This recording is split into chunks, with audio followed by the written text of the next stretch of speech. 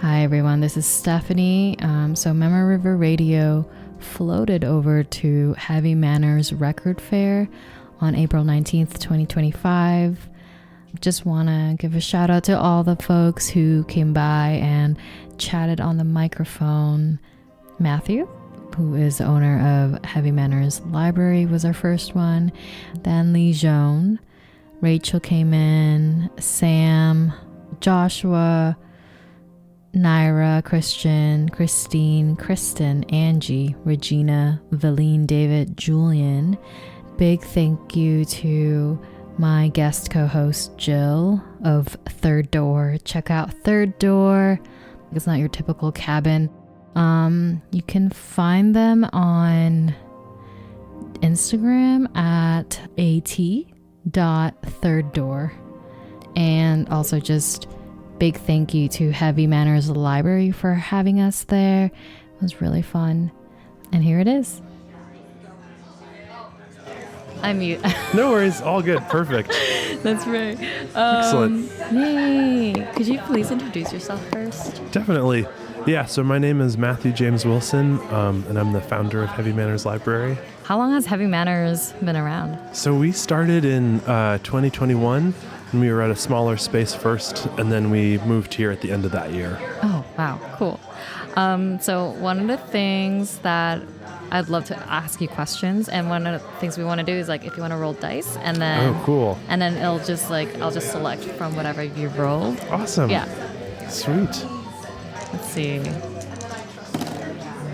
All right, 13. Okay. Oh, okay. What's your relationship to silence? Ooh, that's a great question. Yeah, I play music a lot myself, and running a business, and always having lots of ideas swirling around in my head. And so I think silence is really important to allow things to come to you when there's like so much noise in the world around you.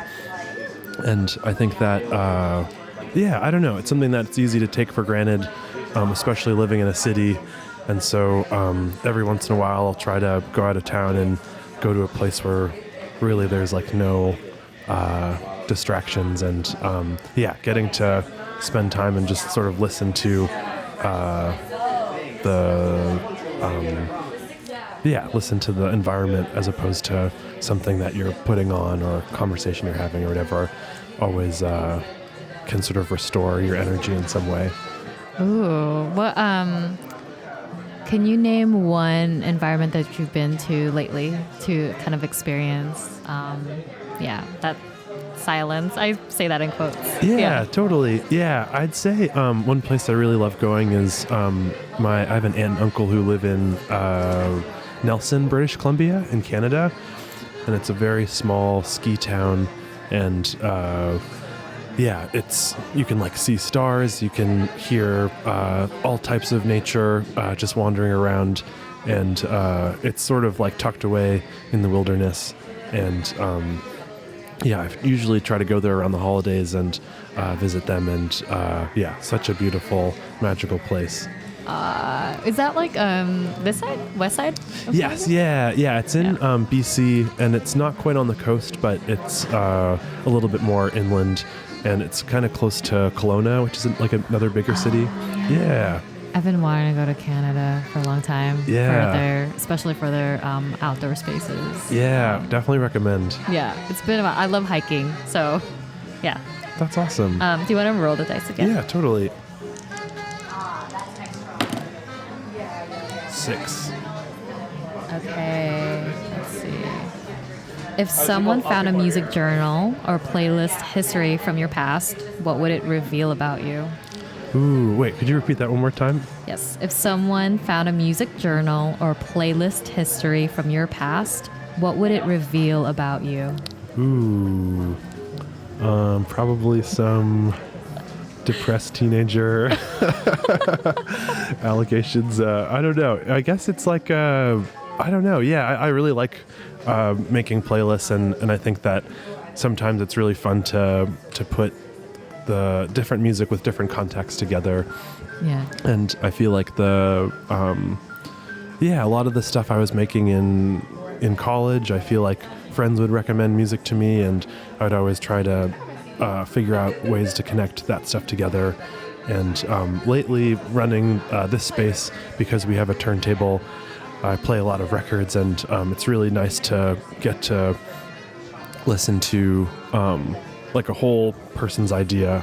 But I do really miss making playlists really often, and I feel like in college that was like the peak of making playlists and trying to introduce new music to myself and friends.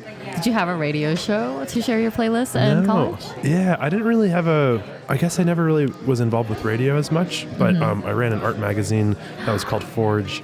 And for that I would interview a lot of artists, and I would try to document different shows and people within like the DIY music scene when I was living in New York and then living here.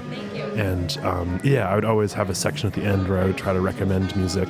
Oh, cool. So yeah. I used to be part of the LA music blog. I used to intern for them. Oh, and cool.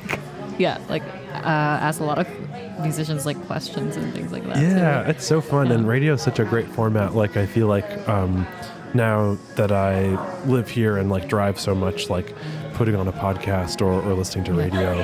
I especially really love the local classical radio station here. Yeah. Where did you grow up? This is my friend Leejone. Great to meet you. How's it going? Oh, do you want to hop in? You want to hop in right there? Yeah. Amazing. Oh, what did you get? Well. Wait, hold on. Actually, hold that thought. No, but you can put those headphones on if you want. Yes, what do I do? But Matthew, I wanted to ask, can you name one song that was on your playlist in college? Yes. One that's coming to mind immediately is I Must Not Think Bad Thoughts by X. And I remember my first roommate in college, their dad was really into the band X. And I'd listened to some of their stuff, but there was one record that they showed me that was like really, really resonated with me. And so that song is classic and always associated with that time. And where did you grow up? I mean, yeah, I'm from Toronto originally, and then I grew up in upstate New York, and then went to college in New York City. Oh, cool. Yeah. What have you guys discussed? I'm totally interrupting. No worries. No, not at all. This is Leejone, by the way. You could, point it towards Should you. I point it towards me? Yeah. Okay. Technically, these condenser microphones sound better than that one, but... Should I? Tell me your name again, because I recognize you. I know you're the owner of Heavy Manners. Yes, yeah. My name is Matthew. Matthew, hi. Yeah. It's so How's it lovely to going? meet you. Great. Yeah. Yeah, I was just back there checking out the records. I have a friend who owns Turntable Lab, and he sent me a cassette player recently, but I just cool. got a couple things that I've never heard of before. I've lately been interested in a lot of Danish musicians. Oh, cool. Like Astrid Son, ML Book. And so he was able to recommend a Finnish artist, and I was intrigued. So I got that. Who's a Finnish artist?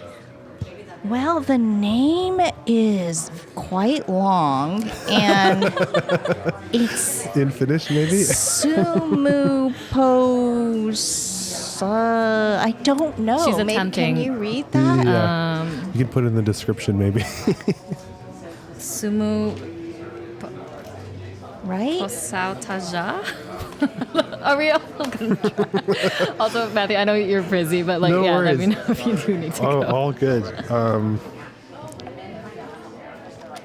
Wow, this looks awesome. Yeah, and it says it's got a little bit more pop to it, because there were some tapes that were all ambient, but I do like some lyrics. Yeah. I think the person who runs that label, I think taught in Japan for a long time.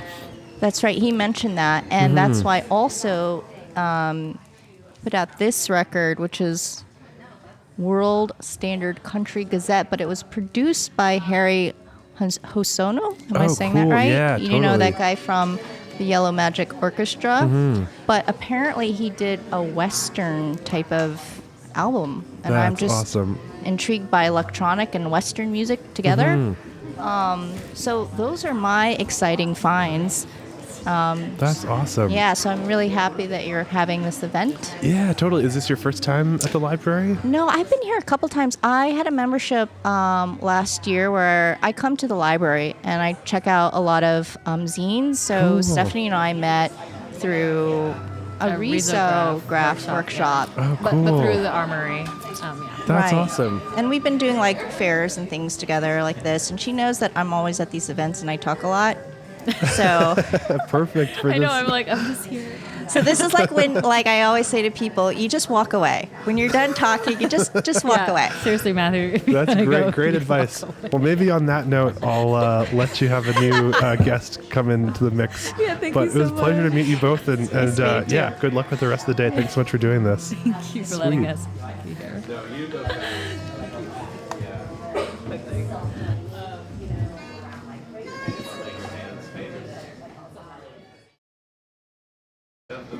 Also, it's so weird how you sound. I'm like, ooh, What do you I sound mean? like that? You can hear yourself. Yeah. And Well- I'm like, do I really sound like that? Well, some microphones are a little different. Like I sound different, slightly different from that microphone compared to this. And Okay, because that's what I was saying. I was like, ugh, I don't. you it's can hear always- yourself now, right? Yeah, it's always weird to hear yourself. It's still recording. I was like, okay. I'm That's still fine. like, what? Okay. First, roll the dice. Okay, both of them? Or one. You can choose. 7 and 4. Okay. 11. I have 2 sets. Okay. What's the most... Oh, I guess we should introduce yourself first. Hello, I'm Leejone, your friend Leejone. Yeah. You already heard her just earlier. So Leejone, what's the most unforgettable live music experience you've ever had? Oh boy, that is tough. Yeah. Wow, this is a hard one. Okay. I'm not gonna say the most. Yeah. Because then I'm gonna, like, as soon as I leave, I'm gonna be like, oh, that wasn't the most. What's unforgettable then? What's one? Okay, well, we were, you and I were just chatting about Coachella and how Jasper's there every year. And this one year, Jasper's her. What's my partner, this one year, and I can't remember what year it was an especially good Coachella. Now, I'm not someone who goes to these things all the time, but, because occasionally he can get an extra ticket for me, I ended up going, and he has a fantastic team of people. He runs a record label. And anyways, long story short, I wasn't expecting a lot. I don't know, I was just going just to go. And it was actually my first time, now that I think about it. Maybe that's why it was also pretty unforgettable. But I have I have 2 distinctive memories. One was Aphex Twin was playing. And I don't know, it's like I had listened to so much of their music, but never seen them live. And this is when I lived in New York, and it kind of brought back a lot of memories. And being in that tent, I think so many people were just so excited to see them, just the energy and the dancing. I remember dancing my butt off, and like the lights flashing, and it was just really, really fun. Oh my god. Hello, Wait, Rachel. come over. Sit over here. Come join us. Sit on this seat. So, our buddy Rachel, who we met through the print shop LA, is here. I'm talking to myself. I don't know what I'm doing. And she has stopped by, and we're inviting her to join our conversation. You can listen in on what she's saying. We're just like having you hop in. Hello.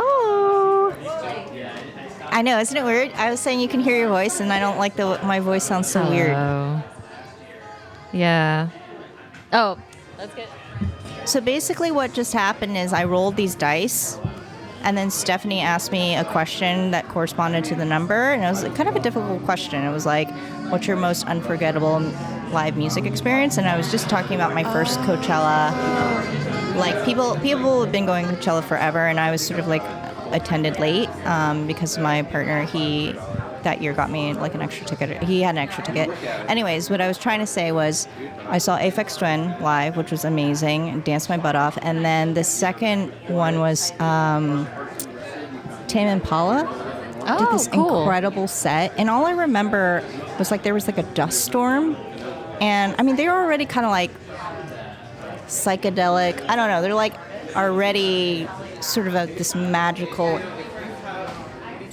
energy, but like this dust storm came and they had these lights, and all I remember is just like these lights were creating this ambient rainbowish pastel storm around us, and listening to that and like being like kind of enveloped by the crowd and enveloped by like the light and the dust, and they were like right there on stage in front of me. It was awesome. Which year was this? I don't remember. That's the thing. 2013, 2015. Because I think I was definitely in one of them. Well, it was the year. I mean, I guess we can look back at the list because it was like Aphex Twin was there. I think also Billie Eilish was there. I saw Krangban. I saw a bunch of different people. I can't remember all of them, but those were the two most memorable experiences where I think just the magic of the energy in the crowd and people really getting into it. Actually, last night, it's funny, I saw the live stream. Did you know, like, Coachella does a live stream of their shows now? So, you know, everyone was talking about Lady Gaga's performance this weekend last. So I was watching it last night, and one of the things I noticed, and I don't remember this happening when I attended the Coachella that I'm referring to, was, you know, she's singing these songs that are like danceable songs, like you're just like, and the choreography is amazing, the costumes are amazing, but when they like panned out, like everyone in the audience, you just see a bunch of people standing really still because they're all holding up their camera and they're afraid to like move their camera. Phones. Yeah. Like, so they're not dancing, they're standing still. That happened with the Missy Elliott one too. Oh. I was like, how is barely anyone dancing? This is so weird to me. Yeah, it's because they want to make sure their image isn't like shaky. I know. It's like, and I don't know. Like, of course, you know, that's just the times change, right? And the way that people behave and act change. But I felt a little bit sad in the sense of like let's dance, you know, like especially as a performer. Yeah, you want to see people dance if you're an entertainer. I mean, that's probably why like Chapel got so popular last summer, because she was getting her audience to dance all the time. She was like really like encouraging it and stuff. Like put your phones down. Like she made like a dance to one of her songs, and she like made everyone dance with her. Like one of those like an actual choreograph. Like an actual choreograph. And then she like called people out when they weren't dancing. And then she got a lot of flack for like, or slag or whatever, for like calling people out because they're like, you're so rude to your audience. But she was literally just going like, you guys are not fun for not dancing. Well, I don't know. I was thinking about what you're saying, and I don't know if it's even about not being fun, like, because music is vibrational, right? It's like, I think that when you move your body, you allow the music to enter your consciousness more deeply, and I feel like if you move to the rhythm or you move to like the mood or tone and all those emotions come up, like you have a more intimate experience. Not that you have to dance, but just like allowing your body, like even if you're someone who doesn't dance, but you kind of like, a lot of people sort of sway or they sort of stand in place, but they're, you know, their body is still moving. They're not like one hand holding their wrist and like be like, be as still as possible, don't shake the image. I mean, some people maybe are swaying. I don't know. But yeah. It doesn't remind me that, I mean, like, yeah, when my friends and I used to go out dancing, and then we'll bring out our phone, we're like, oh my God, this is so fun. And we're just, and then we're like, okay, put it away. Yeah. But Rachel, sorry, you just like jumped. I just realized I just forced you to like sit here. But I was already going to be like, let's get Rachel on. So it happened. How are you? I'm good. I mean, if you want, we can catch up first if you don't want to record. Sure. We can do that. on TikTok. Are you on TikTok? We're back to I recording. bet I everyone's on am TikTok. not on TikTok. Even after they're like threatened to like take it off. Or you want to get back on? Yeah. But y'all can talk. It's really loud. Hold on. Or I'm just not used to it. Your ears have to kind of get used to the headphones. I like the background ambiance. Makes you feel like you're at a cafe. You're right behind the speaker. That's Oh, why. there we go. It's weird because it sounds a little louder than the other music that they were playing. Maybe because they were only playing instrumentals. But this is part of the experience because that's how live it is. Wait, who is that? Someone singing like in the back or what? It's true. Yeah. Oh, it is someone. Wait, no, seriously, who is I that? think it's the song. Oh, Because okay. it's like bongos and like. Okay, yeah, it's I a think song. it's the song. No, but is this like someone performing or it's an actual tape of, or like a I think it's by the vinyl? singer though. Oh, there's a tarot reader over there. That's why. I don't know if you wanted to go check in the Wait, corner. that's real actually quick. really cool. Yeah, go before someone takes the seat. I think you should go. Oh yeah. Rachel, like let us know. The We're just future. making you do everything. Don't worry, I'm gonna go too. I do want that. But like, okay, I'm not trying to insult anybody because I can only hear the high pitched voice. I have really bad hearing, but it just literally sounds like someone is like walking around going, Yeah. That's you know, a little bit kind Yeah. Let me know if you do want me to adjust your headphones. If it is too loud. of. Well, there's a lot of ambient noise for sure. Yeah. Like it's pretty loud. That's just That's just the way it is. Yeah. yeah. Josh loves mixing. But I will lower it. Oh, does he want to do this? I can ask him. Do you want to mix with this podcast Let me thing? ask him actually. He loves doing this stuff. He was like recording my friend's like audiobook the other day. Oh wow. We don't have any like equalizers or anything on this. We don't have any compressors. We do have a limiter. I love this idea though too of like, you know, Rachel and Josh, they're moving back to Canada. We're recording what you're Yeah. like. Well, no, just like a. He said that's kind of hard. Putting him under pressure. I think so. I think he's shy. Wait, is he an audio engineer? That's what he went to school for, yeah. Oh, what? Well, I was hoping like Yeah. when you guys, you know, when you move back to Canada, I was just saying, you know, it would be cool just to keep in touch, or maybe we'll do like a long distance Definitely. kind of correspondence. I mean, I'll still have Instagram Yeah, it's good. or WhatsApp. I might just like find everyone on WhatsApp again because I have a couple numbers that I'm like, oh, I should like stay in contact with. Yeah, I'm Yeah. on that. But yeah, speaking of, you were like saying you're on TikTok. I want to find out, Stephanie, are you on TikTok? No, I'm not. Oh, good. I'm not the only one because I feel like it's been years and years. And someone actually suggested once at an event that I should go see a therapist for not getting on TikTok. Really? No, Yeah. I think no. I mean, that's what I'm saying. It's like I understand how we can find so many things on there, and I hear TikTok all the time. is but- a brain rotting app. You don't want to be on there. Well, that's the thing. It's like I also just have a limited amount of time, and I am worried about getting Yes, sucked in. it's a time suck for sure. But then, it's not like, worth it. but then my partner was saying that you learn a lot of cool stuff. That depends on your algorithm. I don't learn anything on TikTok. Wait, what's your algorithm mostly? The past 2 days has genuinely just been Yellow Jackets because the season finale just came out, so people have just been posting clips. I have not watched it, but I've watched a good amount of clips on TikTok.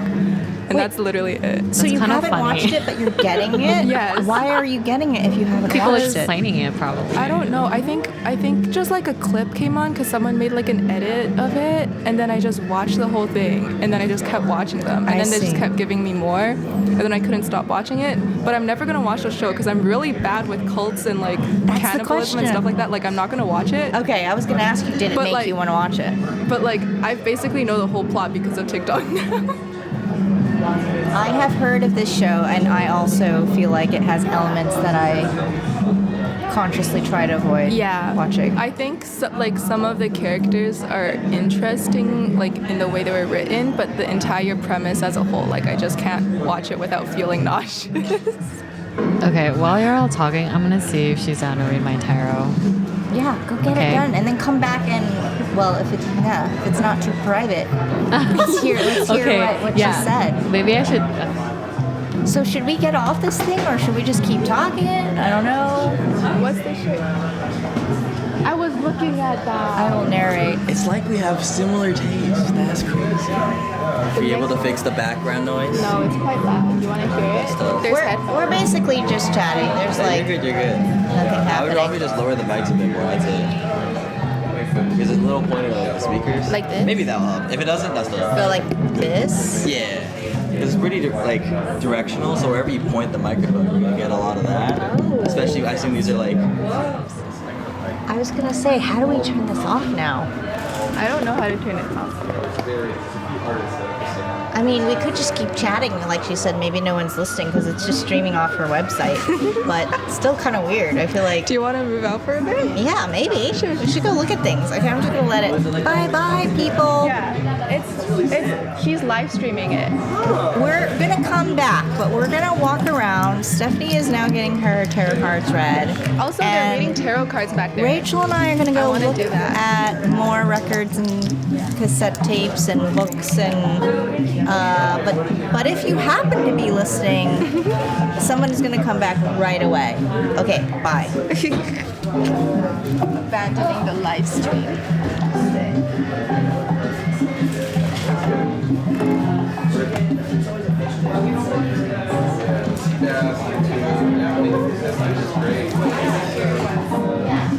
Usually taking a chef and he's been in the scene forever and ever. And, you know, so what I like about him is like he's so understated. Like I kind of wish he would try to Ask them about show off because he's working with this kind of stuff. And then when he comes to a place, it's like very much his image, like his wife, like they desire the entire interior.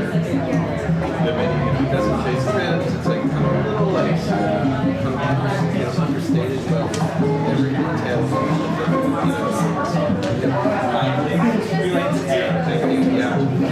I work a lot with the bar and help them. We have a lot of drinks there. So mostly I'm just like the free face of the work. It's just right now like grease the wheels and keep like a major D during the shift.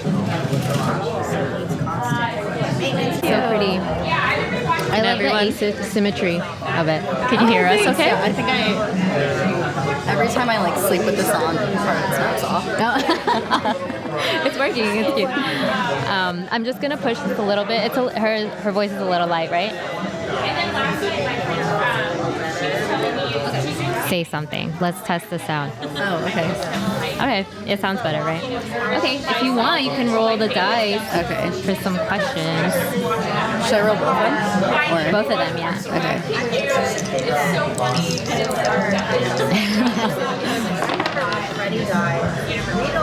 This is Sam. 3 plus 3 is 2.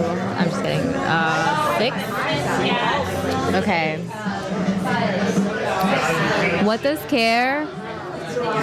care look like in your life, especially when words aren't involved? Oh, when words aren't involved? Oh, that's a good question. I've kind of been thinking about that lately. I feel like, well, outside of like self-care, I feel like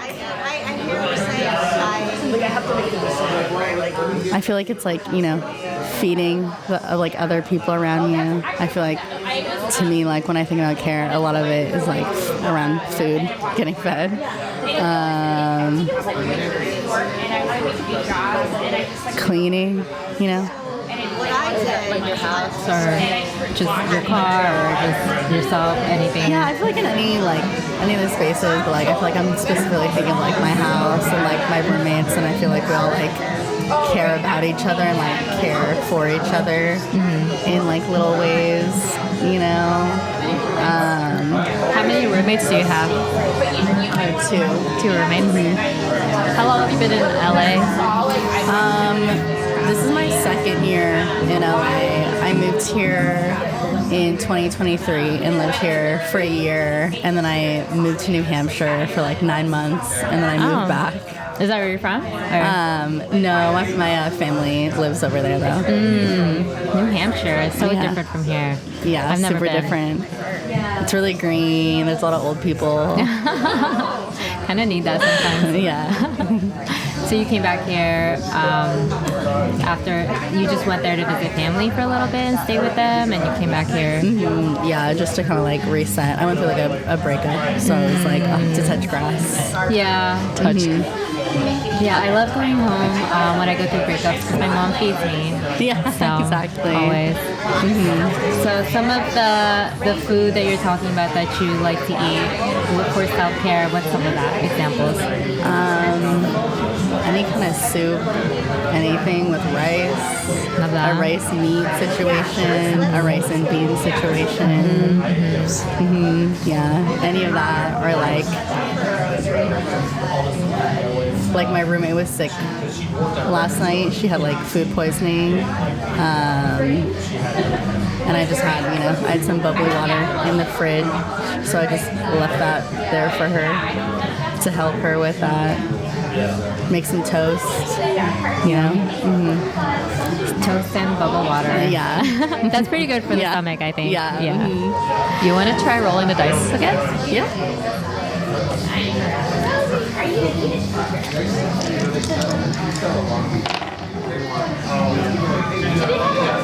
11. It's hard to read. Anything. Yep, we got 11. What do you dream of happening this year? I would really like to surf like once this year. Like I have to learn how to surf, but it'd be cool to take like a surfing lesson this year. Yeah. That's my dream. Yeah, I feel like summer's coming, so if you were to take lessons, it's coming up. Now's the time. That's such a good intro to LA, I think. Yeah. What draws you to surfing?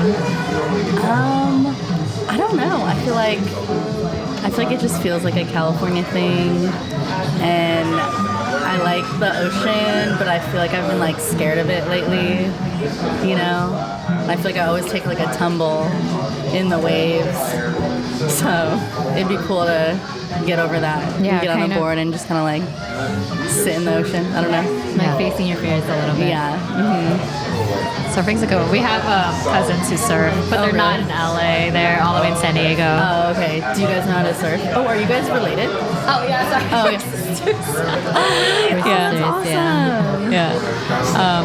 I didn't even, But I tried to learn. Hold on. Can you hear me okay? It's low. How about...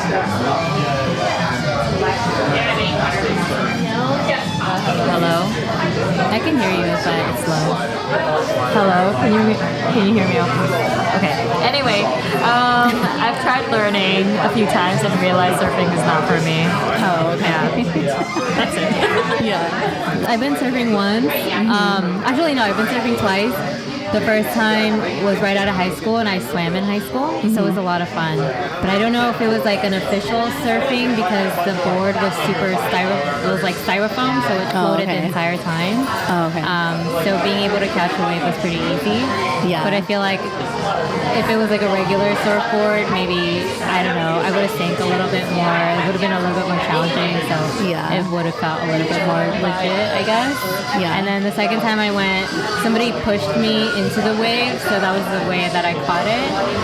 Usually you like paddle so that you catch the wave, but somebody just pushed me into it, and I was like, okay, this feels like cheating, but it's fine. No, that's so cool. Yeah, I don't know if I could like stand up on my first try, but Yeah. that's sweet. Was it in San Diego?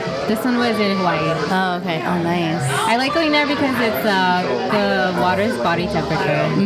Here you have to wear a wetsuit and all that. So. Oh, okay. Oh, I didn't think about that. I didn't think about Well, the wetsuit situation. If you're from New Hampshire, like that side has colder water, it feels like. I don't know. Maybe it's warmer here, so maybe you might be okay. Yeah, I feel like the beaches on the East Coast are always like freezing cold and like really rocky. Yeah. Go ahead. No, you guys. Oh, I have a question. We're able to look around. Oh my god, you can't hear me at all. Yeah, it's a little light. Hello. I think it's because there's music happening. Do you want to use this one?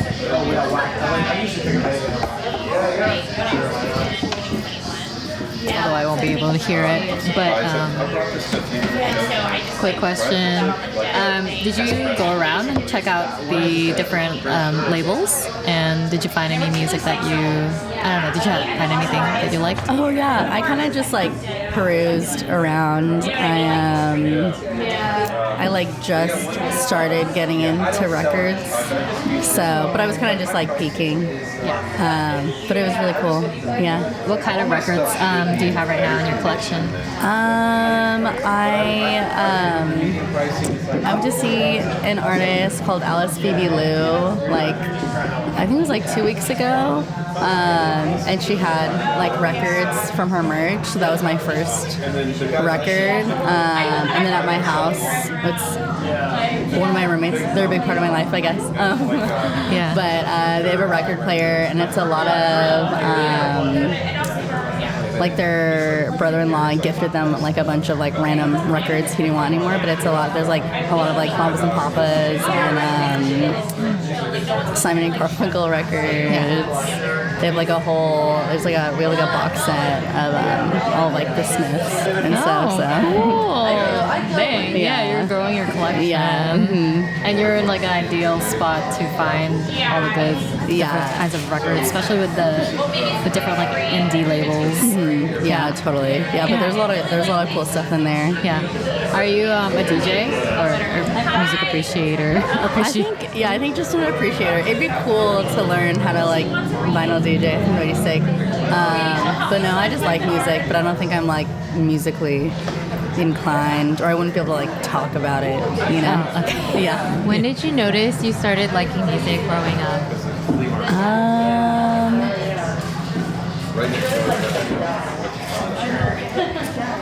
I feel like my dad is like obsessed with guitars. He loves guitars and has always like collected and like resold guitars, I guess. So I feel like just like naturally from him and like his music. I feel like my older sister too was always playing music, and like I feel like it was fun to like listen to music with her, like while she was driving in her car, or just having little like dance parties with my cousins. I don't know. It always goes back to childhood stuff for sure. No. Do you have, can you think of any songs in particular that you feel really nostalgic about when you hear it?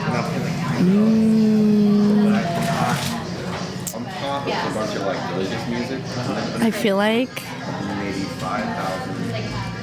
anytime that I listen to like 2000s rap, I feel nostalgic for my childhood. My sister's like 6 years older than me, so I felt very cool like listening to whatever she was listening to. Yeah, I get that. Yeah. What grade were you in the 2000s? I was in like kindergarten through like Oh my 6th gosh. grade. Yeah. Because I'm thinking about some of the music from then too. I think I'm born 91, so I'm trying to remember. But I could. Yeah, that's when my sister was born. Oh, okay. That's why I feel like I resonate a lot because I was listening to probably that music. Yeah. On the bus or something. Yeah, and then I feel like MTV was still like a big thing, so I feel like I just always remember like watching the music videos. Yeah. You know, like before and after school. But I feel like I was listening to my favorite album when I was in elementary school was the Carter 3, and I definitely should have been listening to that. Do you feel like when you're listening to stuff like that, you could relate, but in actuality, you have no idea what they're talking about? Yeah, not at all. I think it was more of like the sounds for me now that I think about it. Yeah. Or like My Chemical Romance. That was a big thing for us too. Love that. Yeah. Yeah. What kind of music did you guys listen to growing up? I was big into R&B for sure. I think a lot of the stuff was on the radio because for us, we didn't really buy anything for music really, mostly because of finances. So a lot of the music I heard was either on TV or the radio. So R&B, hip hop, yeah. anything on all the music videos for sure. Such a big thing. Yeah. Yeah, similar R&B, hip hop. I did listen to rock, but it would be like a rock from video games, from the soundtrack. Because our brothers played a lot of video games, and I don't know, they just sounded really cool. So we would pirate some of them.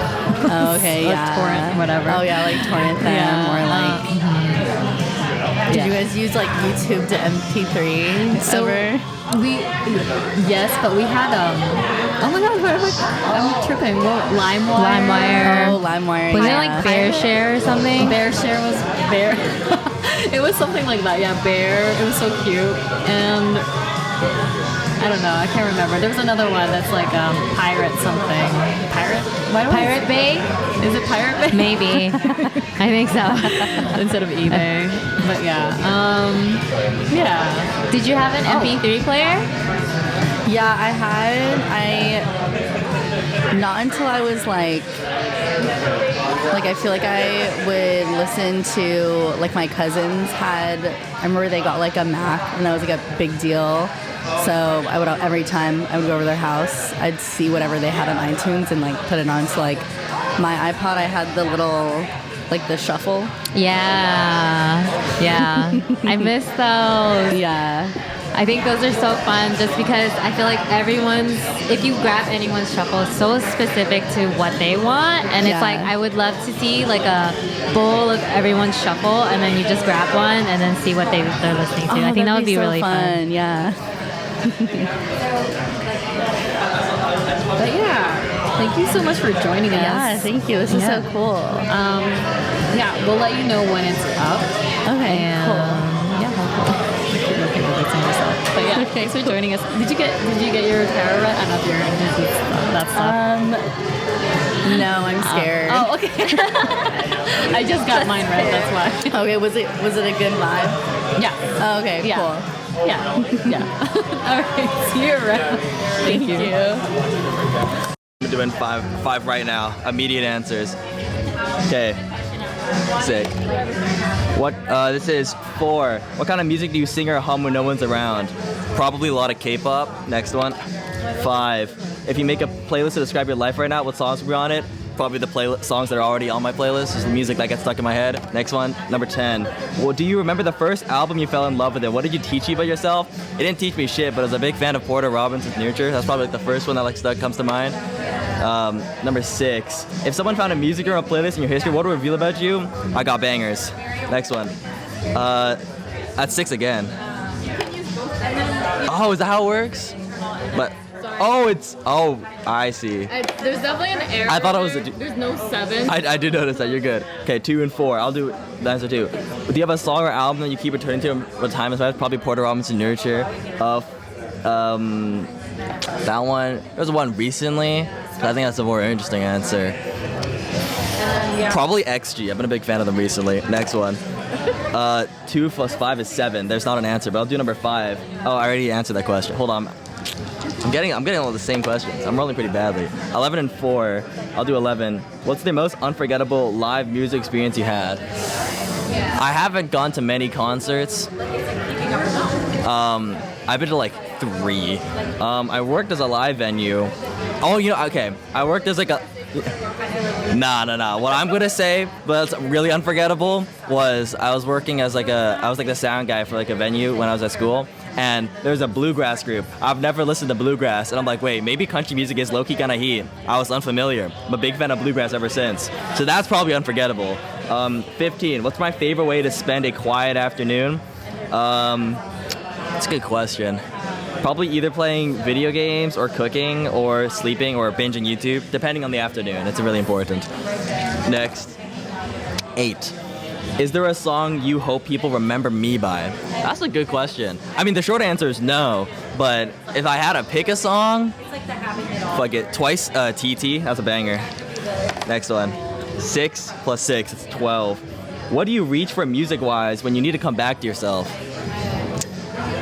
I don't ever really reach music to come back to myself. Low-key, I kind of just hit my playlist and I'm happy with it, but that's a boring answer, and that's a coward's answer. No, that's a coward's answer. That's a cop-out answer. Is there anyone in your life? You know what? I'm gonna say Twice-to-gram. That's a banger. I'm a big fan of Twice. Twice-to-gram's a good one. Next one. 11 is 5. You know, I'm just gonna. At this point, I'm hitting the same numbers. I'm just gonna. Oh, there's different sets. And you can add them together when you roll it. Oh. So I'm trying to speed run all these questions as fast as possible. 2 and 8. You're right. I should do all the questions. Okay, I'm doing all of set B. If you had a whole day with no responsibilities, what would you do? Nothing. If you had something what have you been deeply curious about since the beginning of this year? Oh no, I kind of go pretty fast in terms of my interests. We're not gonna unpack that. If something deeply curious, that's a good question. Hold on, I need to think about this.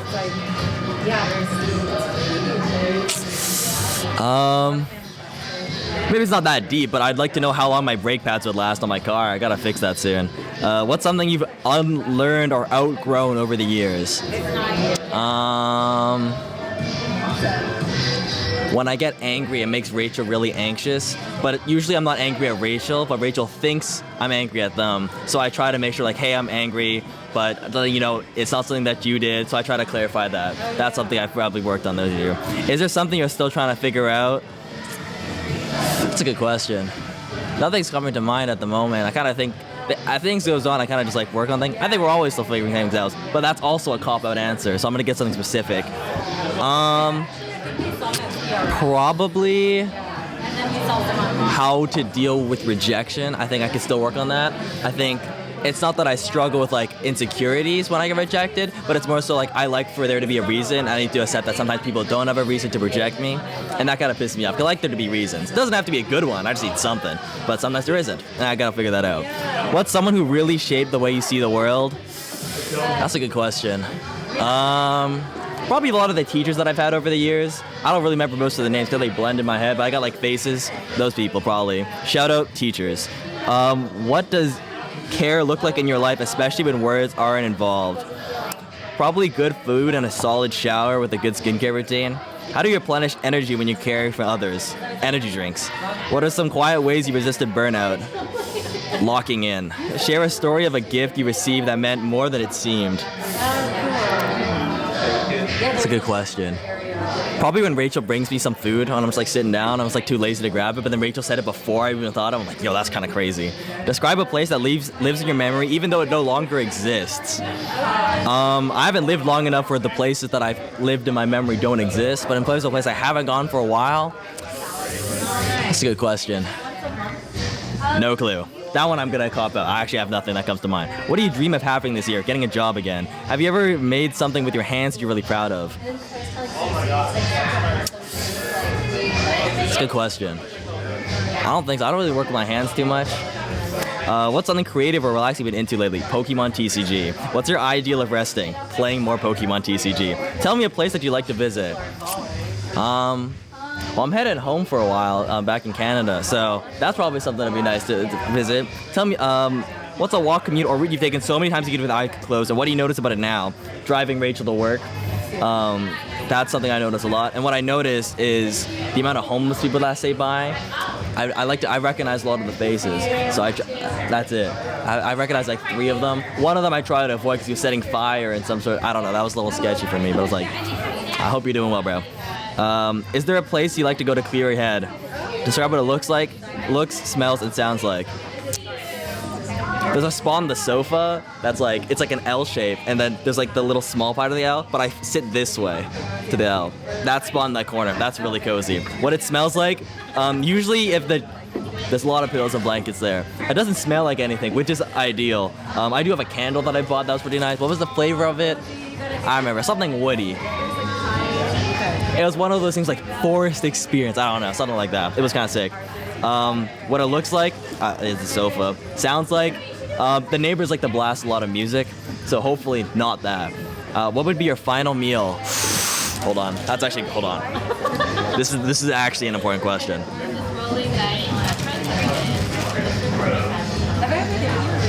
Final meal. Ooh. Okay. Like a lazy answer would be like I'd have like a chef prepare like a compilation of many of my favorite meals, but that's not one meal, and that's a pussy answer. So yeah, I'm not doing that. Okay, final meal. Damn. Okay, has to be rice. That's what I know. Rice is gonna be in there for sure. No pasta, which I do love pasta, but if it's final, it's gotta be rice. Rice with what though? Okay, I'll do it by like category. So like what kind of meat? Okay, I got. Okay, hold on, wait. Chinese family style, so you can have multiple dishes in one meal. But that's the coward answer. No, but okay. like I got it. Okay, so rice is like my carbs, right? For meat, Chinese pork belly, but specifically from this one spot in my hometown. The crispy one? Yeah, the crispy one. Okay. Okay, that's my meat. And for the vegetables, I would get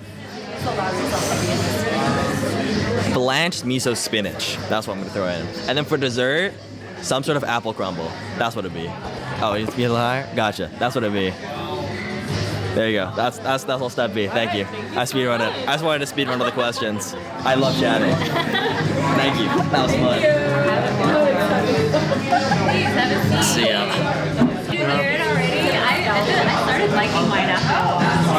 I think I'm still in that space where it still sounds kind of weird. It does sound weird. Yeah. Do you hear me? I can hear you loud and clear. I can hear you loud and clear. Should we start a podcast? I don't think I have very interesting things to say. Fair enough. Oh, are these the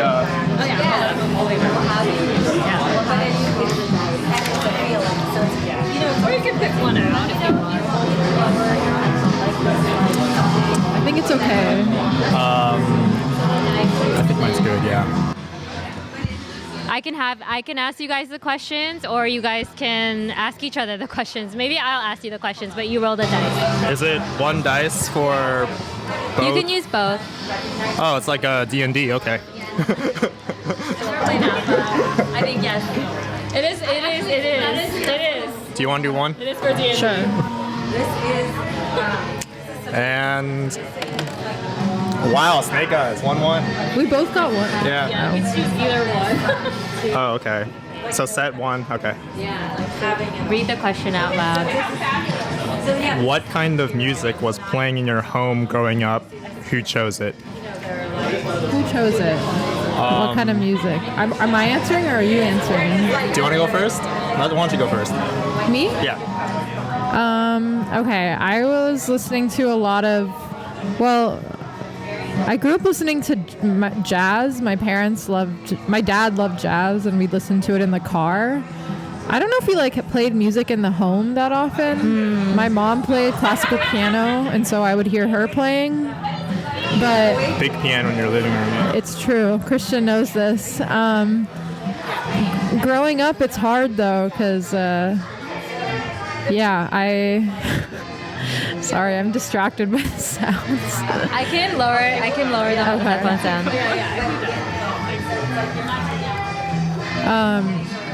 So There we go. that's much better. Thank you. Classical piano was a big one. Jazz in the car. Jazz, honestly, in the house too, or on weekends, my dad would smoke a cigar and drink some alcohol and play K-jazz on the radio. So K-jazz? Yeah. Have you ever heard of K-jazz? Like Korean jazz? No, I'm just kidding. I mean, that would be cooler, honestly. No, it's the radio station. It's like the LA Jazz station. Oh, like K-Rock.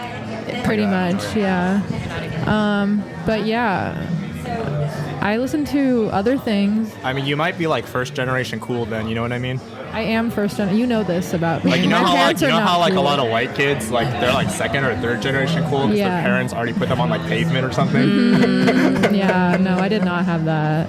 My parents did have the Nirvana Unplugged CD, and I remember finding that in their CD. They have a huge CD collection, but we wouldn't listen to CDs. I don't know.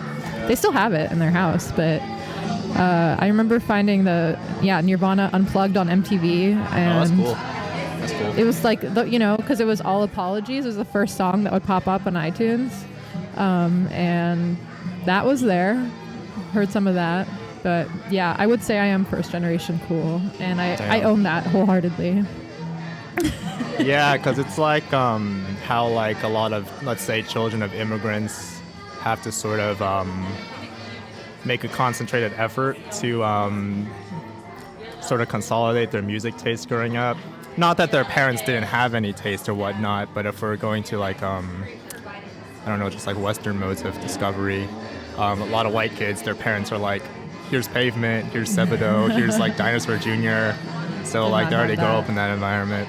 What was it like for you growing up? Oh, I made a big stink about this, but I was not first generation cool. No?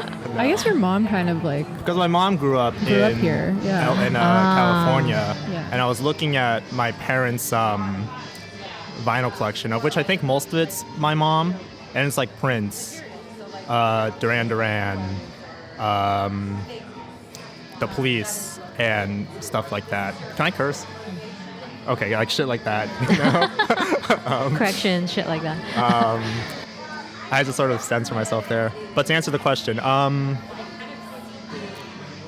think my mom was a lot cooler than my dad growing up, because my dad grew up in Nebraska.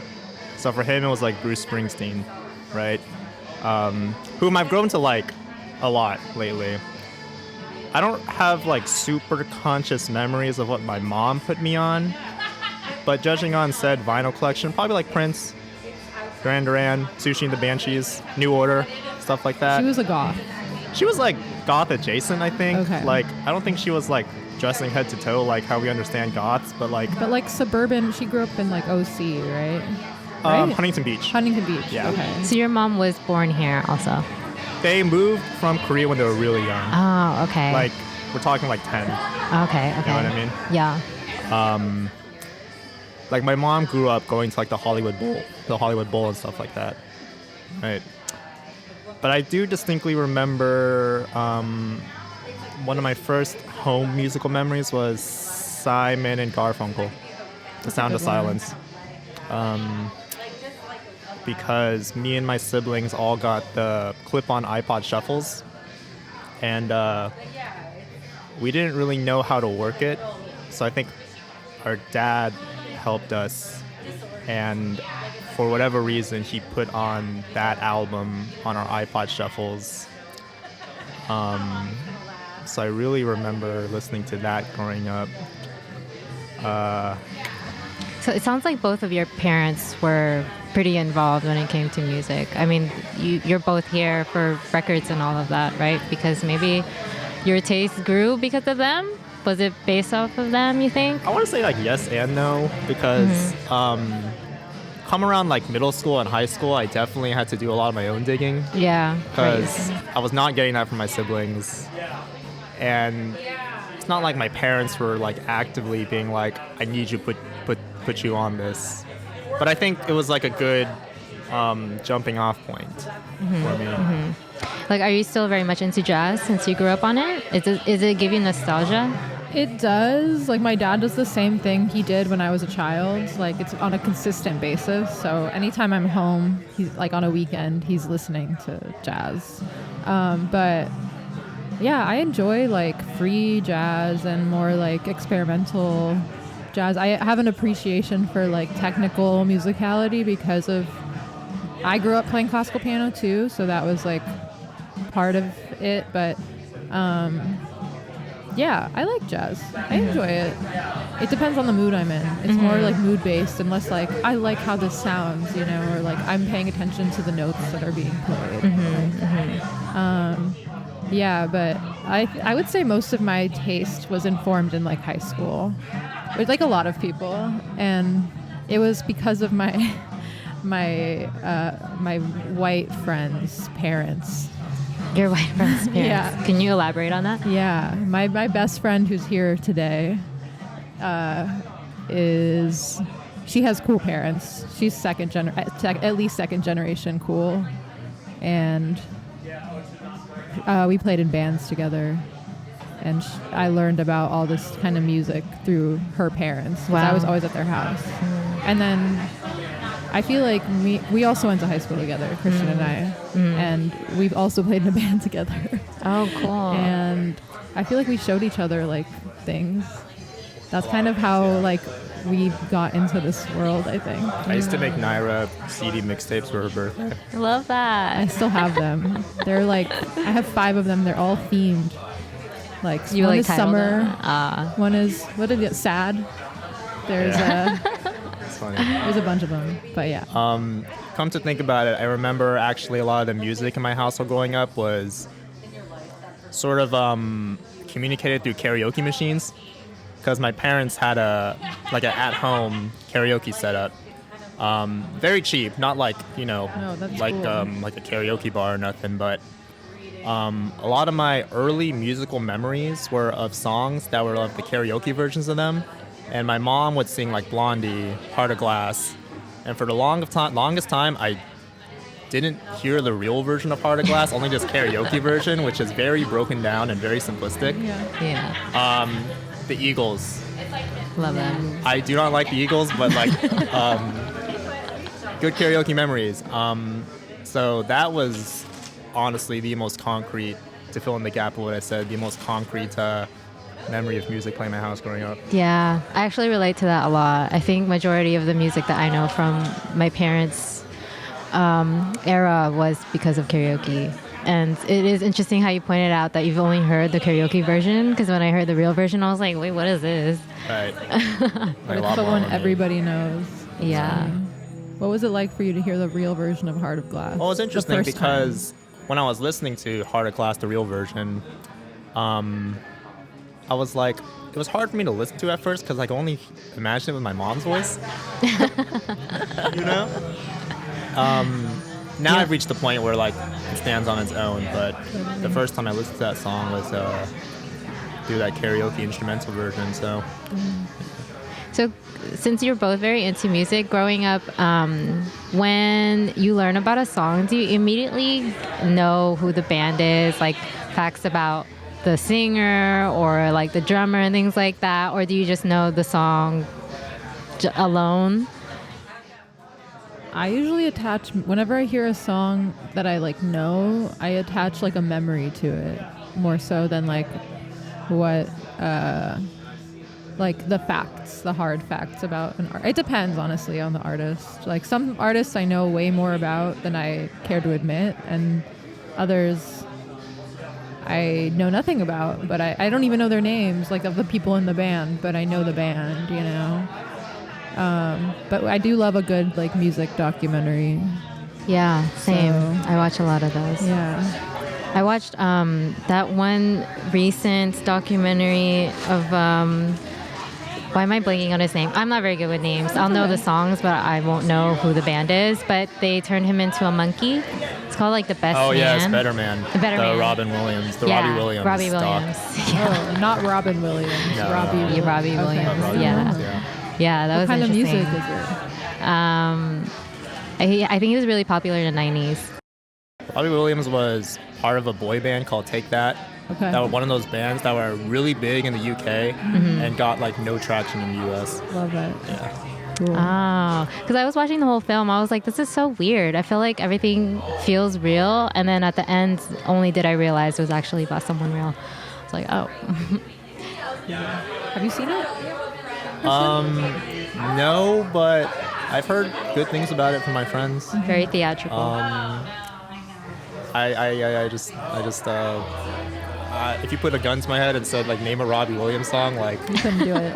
I'd be dead. All right. So I'll make sure not to do that to you. I watched that one with my parents, so it was something they were into. Do you want to roll the dice again? yes. Or are we doing a set B or just set Either. They have the same numbers, but we can choose from either. Should we try to get the same number again? That'd be pretty cool. Yeah. Those are Dungeons and Dragons dice, by the way. 3, 2, 1. I got 5, one again. and 1. Okay, 6. Who's someone who really shaped the way you see the world? Oh wow. We'll add and why. Shape how I see the world. Damn. Should we say from your childhood to narrow it down?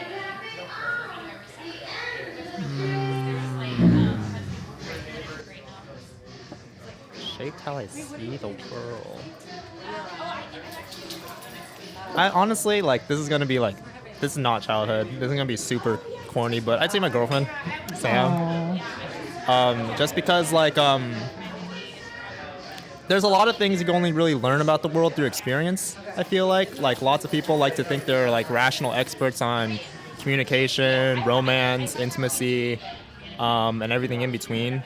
And from being online a lot, like, people just think they have, like, everyone thinks, they're like a so-called free thinker, but in reality, like, everyone's minds are very curated, And I think from being in a relationship, I've really gone to learn that there's just, you gotta have to accept all the good and the bad that comes with the world, all the comforts and the discomforts, and there's no real way of knowing that until you experience it, right? This being my first relationship in a while, I realized that there are a lot of assumptions I had previously about other people or how I carry myself that I think were either wrong or not so set in stone. And I think from doing this, I've become a little less calcified in my definitions of what's right and what's wrong. Can you elaborate on something specific? I guess, for example, like I wasn't like my way or the highway, but seeing as that my partner has her own needs, her own speed of life, and her own tendencies, part of that is I like to think of myself as, being quite independent. I don't need to text somebody very often. I don't need to check in with them very often, but I think she does, right? And I think that's okay. I think I found like a surprising amount of joy in being in sort of finding that middle ground between my independence and learning to communicate with someone more frequently, especially if that's how they roll. And I sort of surprised myself by finding a lot of joy in doing that, In the past, I would have been maybe kind of deep-rooted in you need to find somebody you're compatible with who is on the same wavelength as you as that. But I think I was surprised by this new fact about myself and just learning that there's a lot of things that's bigger than you, And I feel like that's something I wouldn't have learned if I just sort of studied this stuff as opposed to experiencing it. You have to be in it to Right. know how you're going to respond. Yeah, because, everyone thinks it's like, oh, like the perfect partner, the perfect boyfriend, girlfriend, partner, like does this or that. This is a red flag. This is a red flag. And like, I don't know, like these things are kind of different for everybody. And you don't really learn that until you go through the comfort and the discomfort of being in one, Do you feel like it softened you a little bit? I don't know if softened is the word. I feel like it broadened my understanding, I guess. And maybe some of that involved like sanding down the harder edges of my personality, but Shout out Sam. Shout out Sam. But She's in San Diego right now. Yeah, I think that's my answer. Oh, that's a sweet answer. I have more questions for you, but that's like the nosy therapist friend in me wants to ask you these questions, but I'm not going to ask. You're free to ask if you want. Well, my question was, you think it helped that you guys were friends first? Like you had that foundation of friendship? Maybe, yeah. Perhaps, there's a lot of externalities and variables that, are like kind of beyond my comprehension Totally. and what I could state coherently right now, but For sure. I guess I just learned to be more surprised, yeah. That's cool. Makes me happy to see that. Wow. Now you have me in like thinking about relationships and old relationships. So thanks for that, Kristen. Oh. It changed. I don't know. I don't know how I'd answer that question. Feel like after this question. Someone who changed. What was the question? What was the question? What was another thing? Someone who shaped six. Who's someone who really shaped the way you see the world? Oh, wow.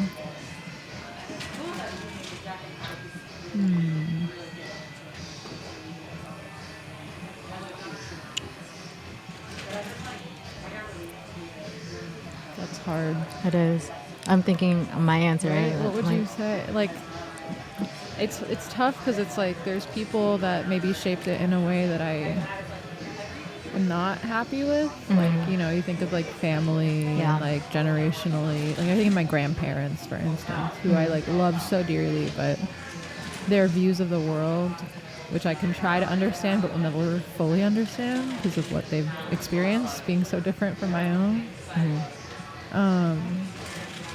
But then I think about like, I don't know, I've just started to have clients, like therapy clients, and I obviously can't be specific, but I feel like they have, in recent like months, have changed the way I see the world. Because I don't know, you get to be into somebody's psyche and like experience of the world, and they come from such different backgrounds from where I'm from and what I've gone through, and so that's been like just understanding the range of human experience is been like really eye-opening to me. You said, so side question, you said you're a therapist. Are you recently starting? Because you said you're starting to have clients. Yeah. How many have you had now? I've had 4. Well, more than, maybe like 5 or 6, but 4 consistent ones. Oh, wow. I'm in school, so it's been like, I don't know, I'm on this kind of like path where I'm like, things are opening up in like the way I see things. So. That's so interesting. Yeah. It's been, I don't know. That's a newer one. I've had obviously like relationships that have changed the way I see the world too, but this is like a more recent thing. Yeah, because I guess I've always assumed that you have to view it in a very objective way, and then you're a human, so it's hard not to absorb a lot of what they're saying and be influenced by that. I'm like super empathetic too, so I would have a very hard time, I think, talking to people and trying to guide. You're not even really guiding them, you're just asking them questions back, but I think, that would be really hard for me. Yeah, and also like not trying to impose what I think is right. Like that's been a real challenge because I feel like I can have strong opinions and have done this with friends in the past where I'd be like, you shouldn't do that, or you should, if I see a friend in a shitty relationship and I'm like, why are you with this person? It's like, that's not going to get them to leave. Like asking them meaningful questions about the relationship, what they get from it, like trying to get to the root of it and why you're there in the first place, as opposed to being like, because you can't, as a therapist, you can't say you have to do this. Like, it's all about client self-determination. That's so interesting. It's like kind of guiding them through to see it themselves. Which is, it's fun. I'm still learning how to do it. Obviously, I'm very new, but I'm grateful that I get the chance to be in that position. I think we're gonna go. Okay. Well, thanks so much for joining us. Thank you very much. Thank you for having us. Whoa. So that's the trip to get out of there. It does feel like. How was it to hear your voice? It was fine, actually. Yeah. It was fine, I thought. Feels like shit. Okay. Wow. Just letting you know we're also streaming live, but I don't know if anyone's listening on the website. Just saying. But I didn't. But it's very casual. Oh yes. So, how's your headphone levels? Do you want it lower or higher? Can I get them lower, please? How about, okay, I'm gonna keep talking and then let me know. Give me la la la la la. Hello.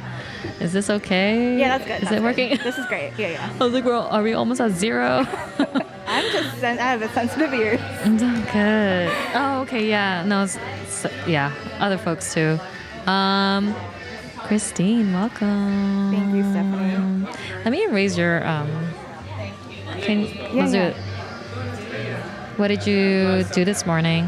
We're doing a sound check.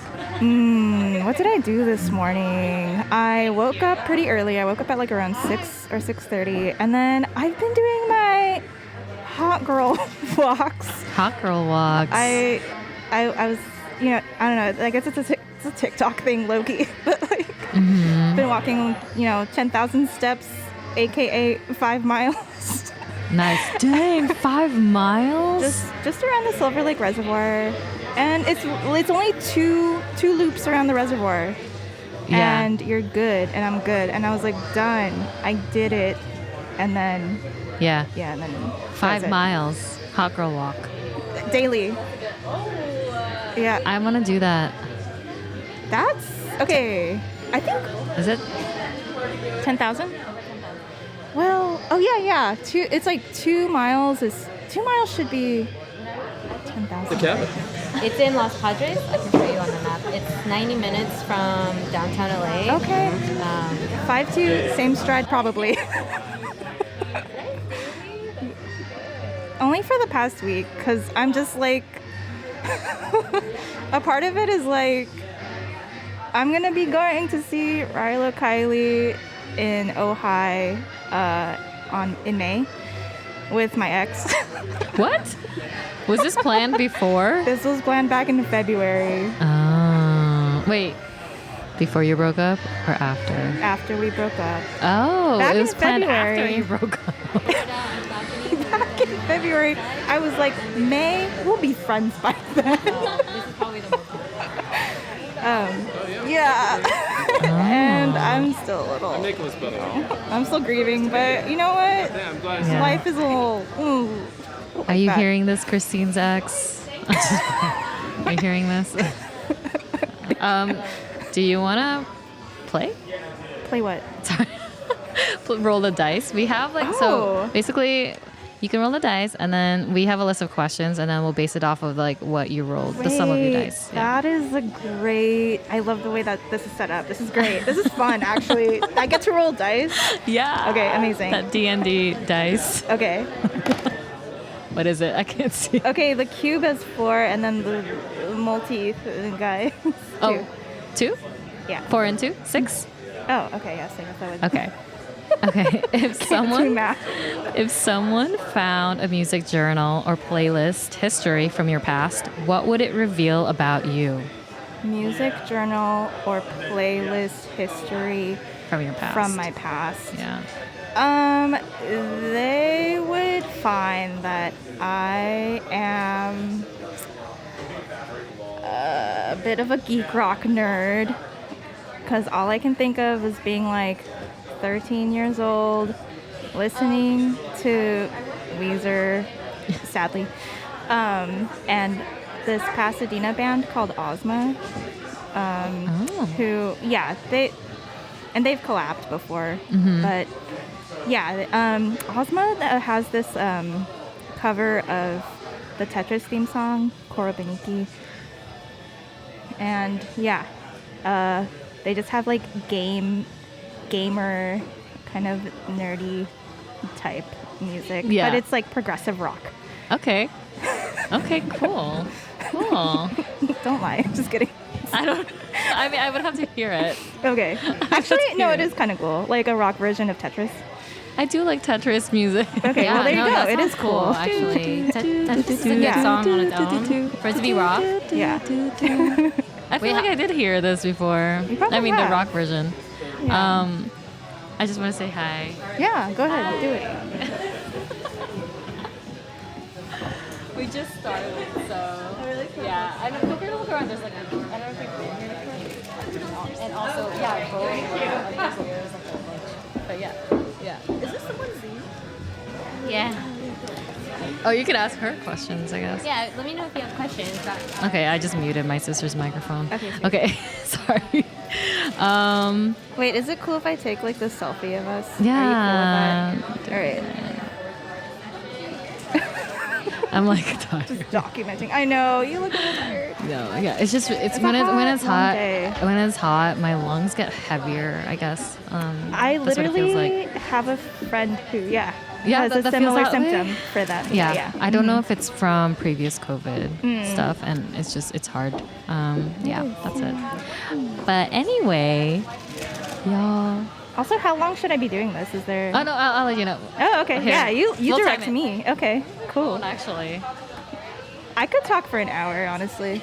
We were just talking about like I forgot to bring my little timer that shows like up to 15 minutes is like the maximum. Okay. But it can literally be like I'm only here for 10 seconds. Totally fine. Great. If you wanted to. But oh, you want to roll the dice again? Oh yeah. Oh my gosh, this is just okay. I don't know, the process of this is just like, this is just great. I love it. I got, is that a 9 or a 6? So where's the dot? The tail of the. So that's a 9. Okay, 9, and then I got 6? 1. Oh, 9 and 1. So 10. Sure. Yes.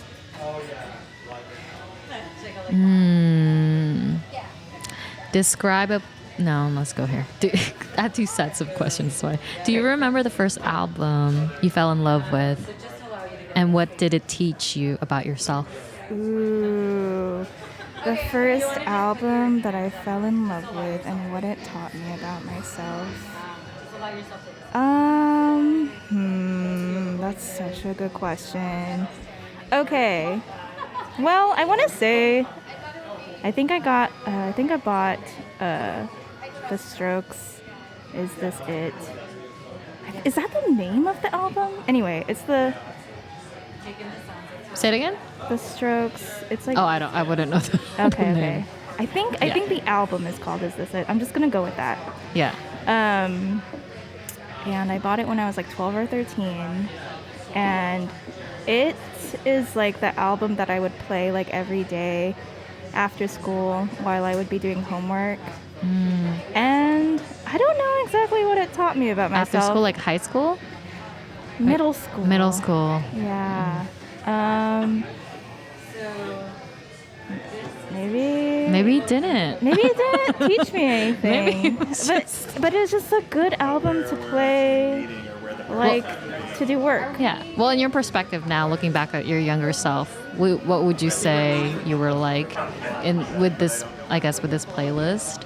How would you not analyze, but I guess. I mean, yeah. I have something to say about it.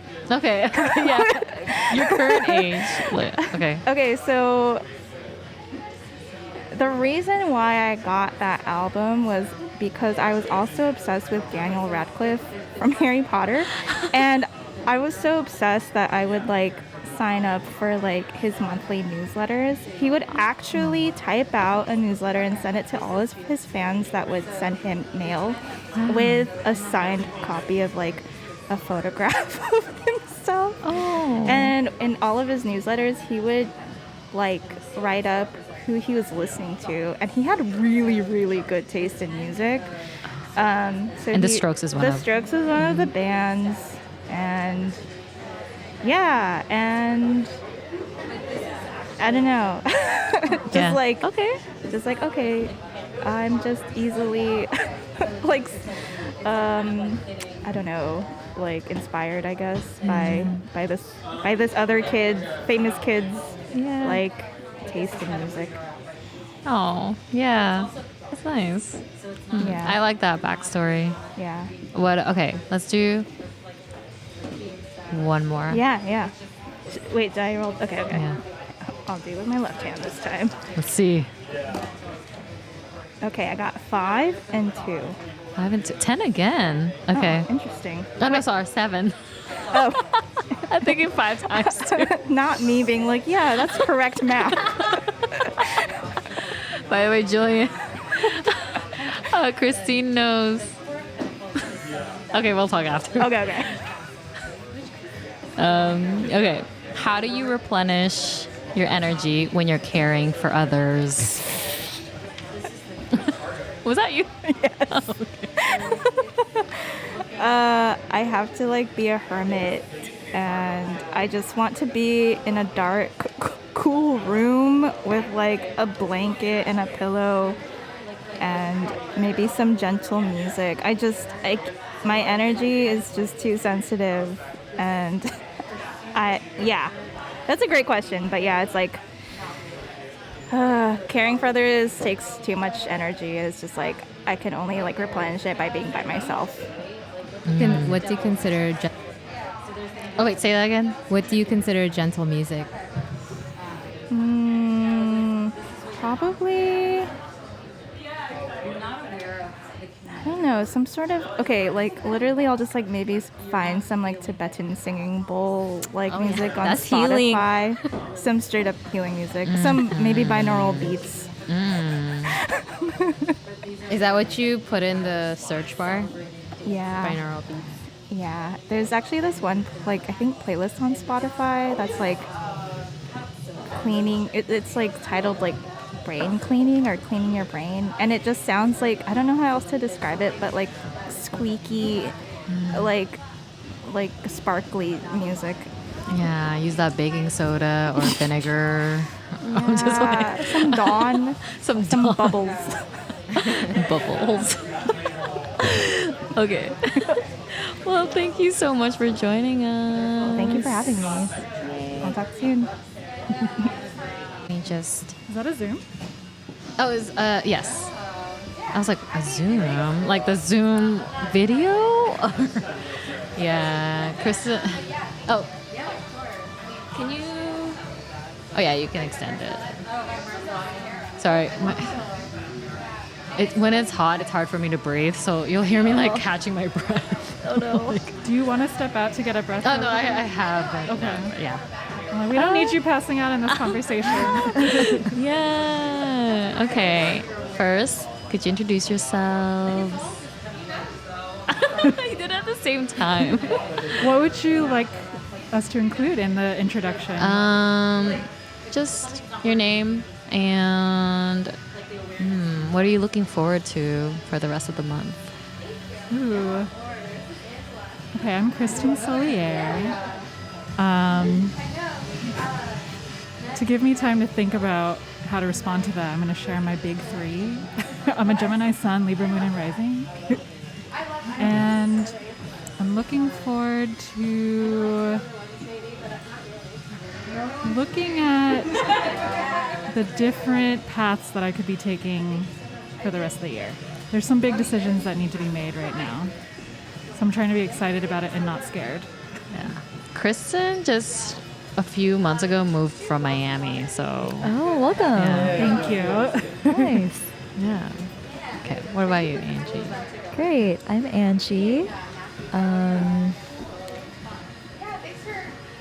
don't know what I'm looking forward to. I think exactly a month from now, there's a huge art book fair going on at Art Center.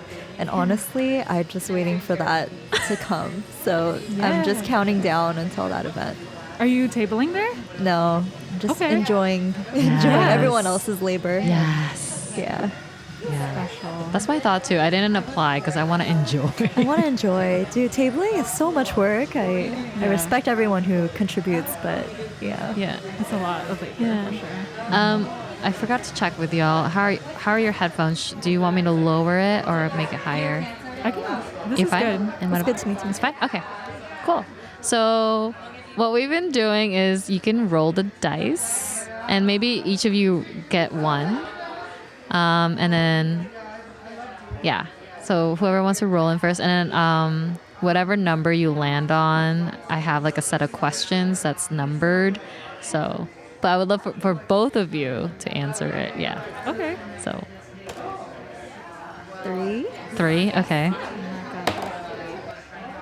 7. Okay, 3 and 7. Okay, let's start with 3. Okay, since Angie went first. What's something you've unlearned or outgrown over the year? This year, 2025. Yeah, let's just make it easy. Or a whole year. Maybe a whole year. Since last April, I guess.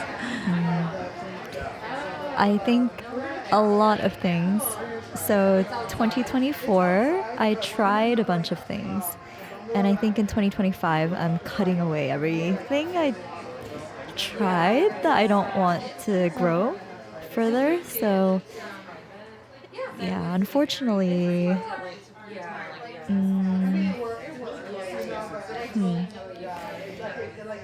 yeah, unfortunately some of them are even hobbies that I thought about investing more time in, but I think it was a lot more aspirational and it just sounded good to me, versus when I actually tried it, I realized, yeah, it's maybe a little bit too much work than I wanted to do.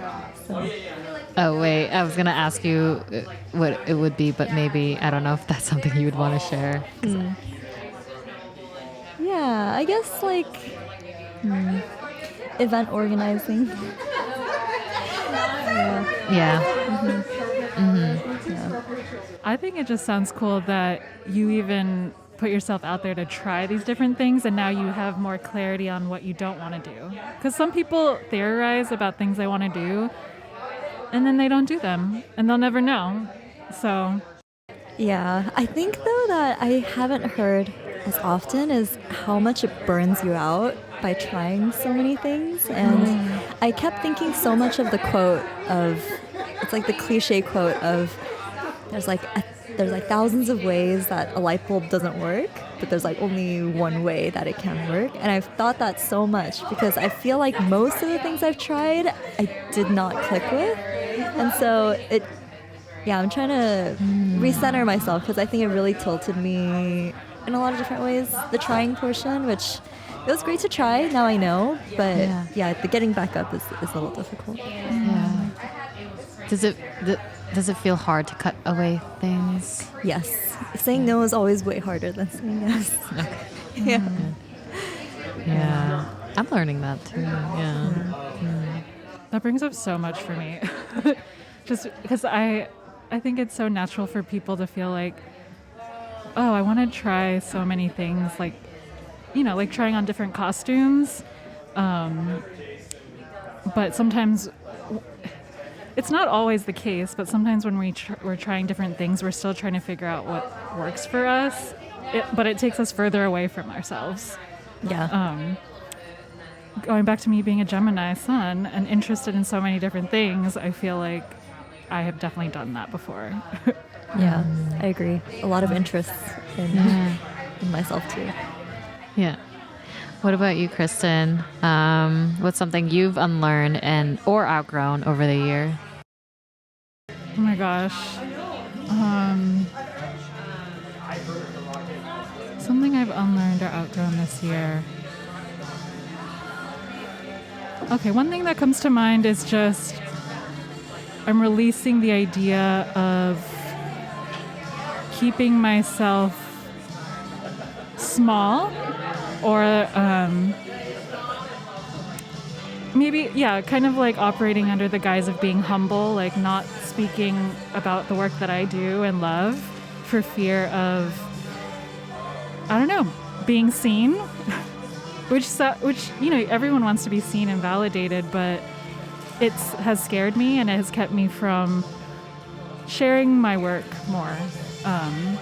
So I'm letting go of this idea of like, oh, you gotta be humble, you gotta play small, you have to be invisible. And that's tied to like my own upbringing and stuff, which we don't have to get into that, but yeah. Can I ask, what is it that you're, I guess, being humble about specifically? Like, what do you, like, work-wise? What do you offer? Yeah, work-wise, like my creative projects. I'm an artist and a healing arts practitioner, and sometimes I just leave it at that and I don't share as widely about it, even though I want to share it with the world. But I think when you come from an upbringing where you're not encouraged to assert your individuality, you're supposed to just kind of disappear in the family dynamic or set aside your own needs for other people, it just becomes like habit to just be like, I'm not important, what I'm doing is not important, why would I talk about that? So it's all like tangled up in that. So what is it? What is your healing arts? Yeah. What is your art? I'm a hypnotist, and I'm also a student practitioner of traditional Philippine bodywork called Hilot or Ablon. I'm also a sound artist. I'm a singer, a vocalist, and I experiment with my voice in all kinds of ways. Thank you. You're like, just say it. Just say it. Cool. Yeah. I'm also learning that, but what both of you shared, I'm also learning. Okay. So the next question, everyone keeps rolling this. Okay, I'll go to the next question because I'm curious. Is there a song you hope people remember you by? And since you rolled the dice for this one, Kristen, you could start first. That's such a good question. I have such a large catalog of songs in my brain. If you have one, Angie, you can go ahead and share. The opposite of you. I have no catalog of songs in my head, so. Oh my goodness. I'm like, can I pull up my Spotify? Yeah, if you want. Yeah. It's okay. Out of curiosity, can I know what question 7 was? Yeah. Oh, no, so this is actually like an error. It's supposed to be number 6, but it's a long question, so it went to number 7. But number 6 is maybe this question maybe might resonate more. If someone found a music journal or playlist history from your past, what would it reveal about you? Angst. Okay, there you I go. was like, Yeah. I'm a angst. sad person. I'm a reflective, introspective person. Yeah, actually, both of y'all just mentioned something just straightforward. Everyone else kind of had to really, they didn't know. Yeah, they didn't know what to say. I think straight up, I thought of like the Vans Warped Tour, like that whole catalog of music of like, Wow. that is that catalog of the past. I think that was the last time I felt so connected to music. Was Ooh. a long time ago. Wait, so are And, we talking like Linkin Park or no, like Fall Out Boy? Oh, and like My Chemical Romance and stuff? Like that time, like Death Cab for Cutie, like that whole era of super angst. And yeah, I think I was thinking about it recently of I wonder where that genre went, or like that group of listeners where it was a personality kind of, or an identity. Yeah, like in this modern age, I don't know where that is or if that was a specific time, but I feel like that's where I'm trapped a little bit.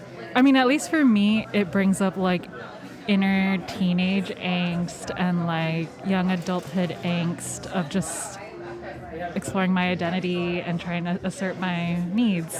So I don't know if that's kind of related to where you're preoccupied emotionally.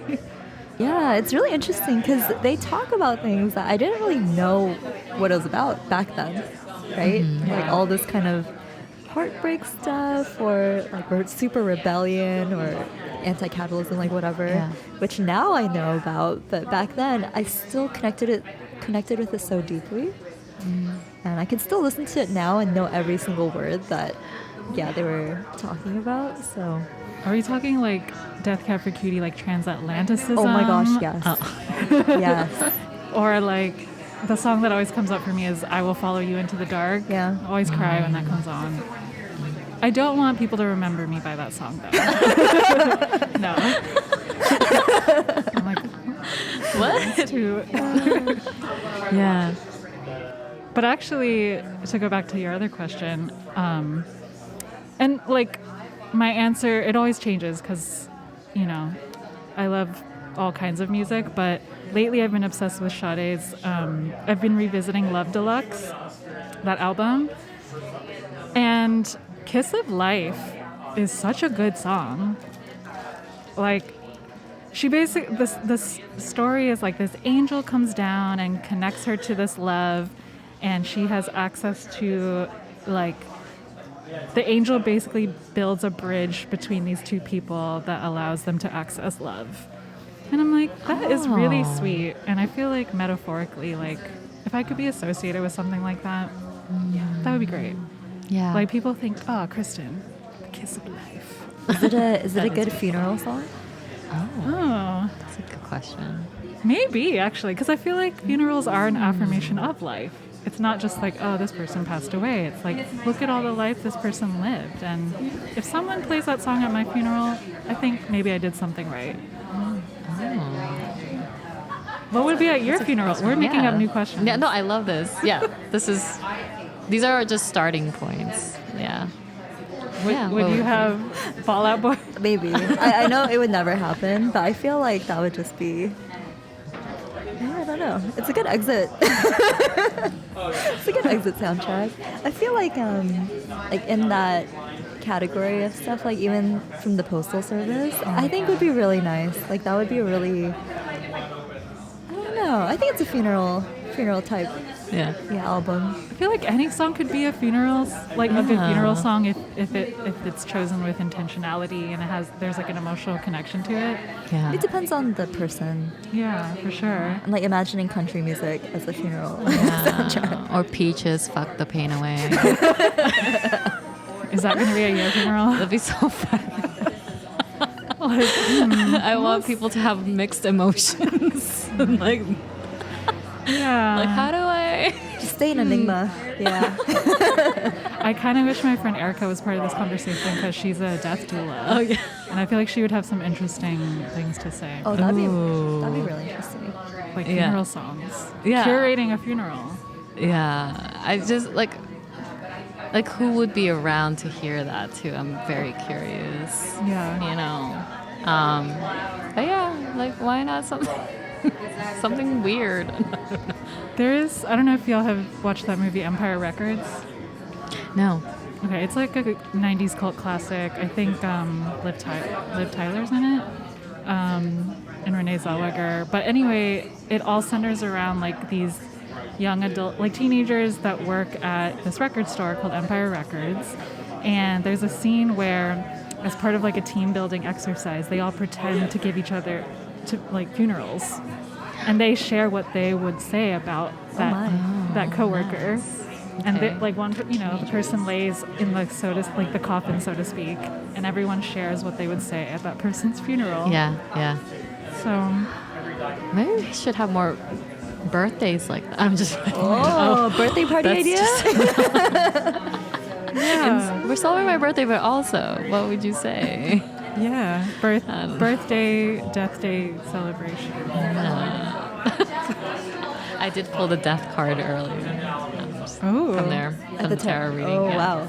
I always think it's a good sign. Yeah, it was something like what's coming, basically. That's the they did the Celtic, was it the Celtic spread or Celtic cross? Okay. Yeah. Anyway, yeah, but it was really fun to do that. What were we talking about? What about, you said Fall Out Boy? I don't know if we determined what song would be playing. Maybe just something from the Postal Service. Oh, Such Great Heights? Maybe, yeah. That's a sweet song. That one never gets old. I think maybe just that song with every cover band that's ever covered it. Maybe that'll just be the entire funeral. The playlist is all the covers? Yes. Yeah. I low-key just want everyone to get a sound bath. If it was in all seriousness, I probably would have someone at your funeral? Yeah. So everyone can maybe like close their eyes forever. Yeah, and just kind of, I don't know. Yeah.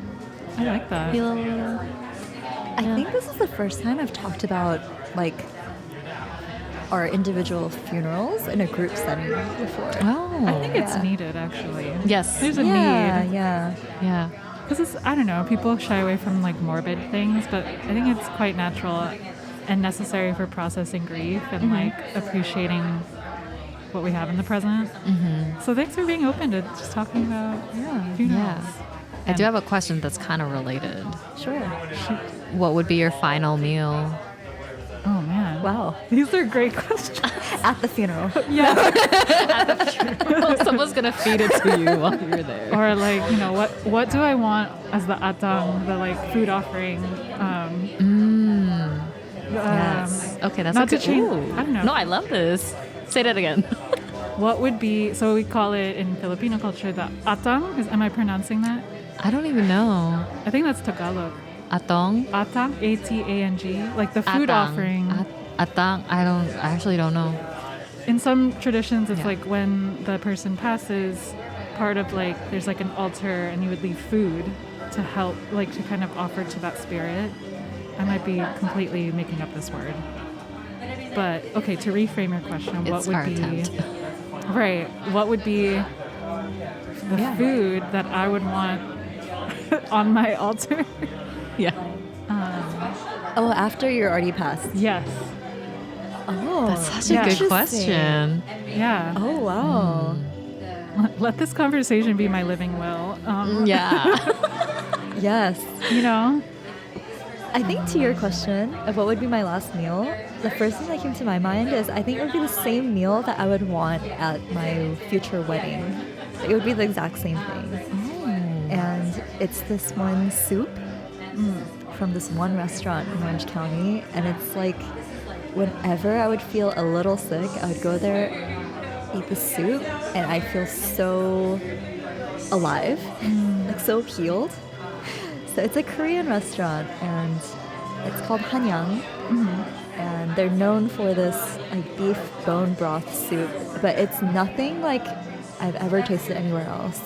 And usually, food that's from your family is the best, but I've taken my family there, and we're all like, no, nothing compares to this soup here. But I want that at every momentous occasion in my life. Of like, I love that. Yeah. Bone broth. Bone broth, so good. So nourishing.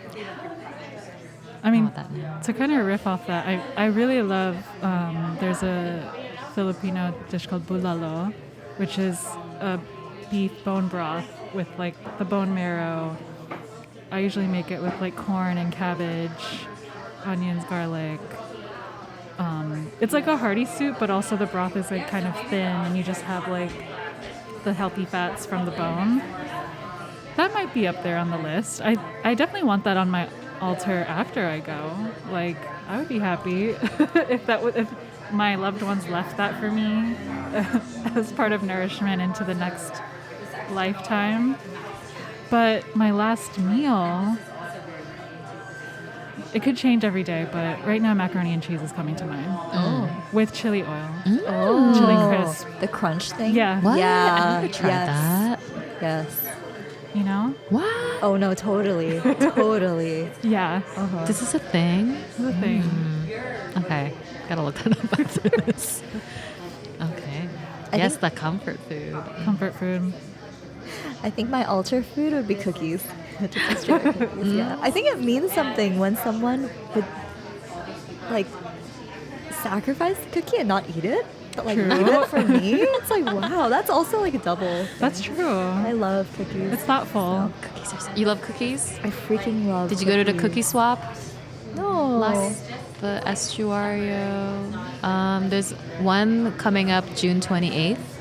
And you bake cookies and you swap with other people. Oh, really? Yeah. What kind of cookies though? Are we talking chocolate chip? Any cookies? Absolutely chocolate chip.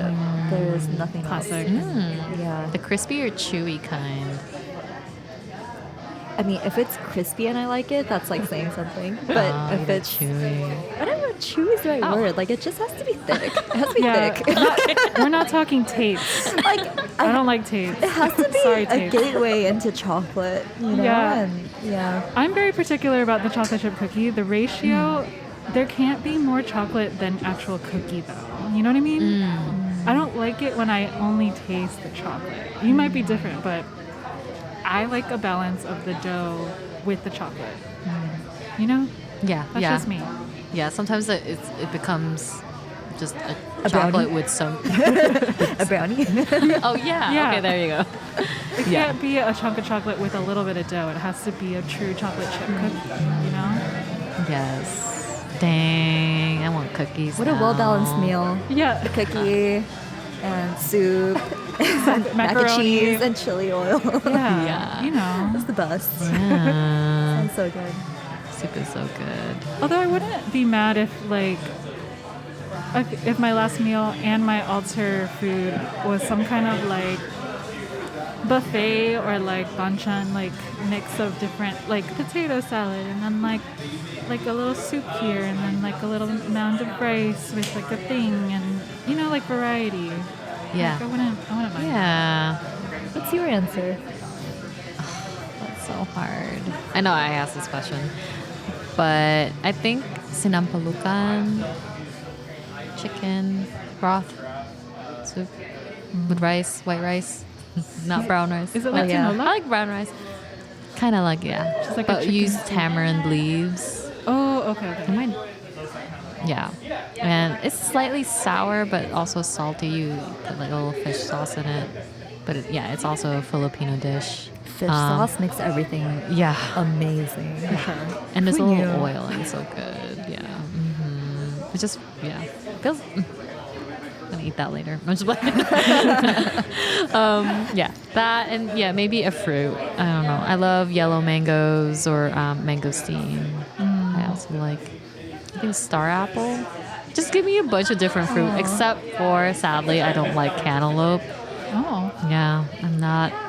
Cantaloupe's hard to like, I think. Cantaloupe, my family, Filipinos love cantaloupe. Oh, yeah? But does it taste different in the Philippines? It tastes the same. Really? I think they make so much like melon juice, right? Yeah, my sister loves it. And I'm like, you can have all of mine. Yeah, but that's like when growing up, when you grow up with pork, right? Our families usually. But I just grew to not like pork either. So it's hard. Really? Or it's interesting when I go to certain like Filipino family parties or just Filipino parties in general, and there's a lot of pork, and I'll just eat rice. That's it. It's fine. But I just can't eat the pork. It's the flavor. It's more the flavor now. Ramen, I can't do ramen because of the pork. It has to be chicken or vegetarian. Yeah.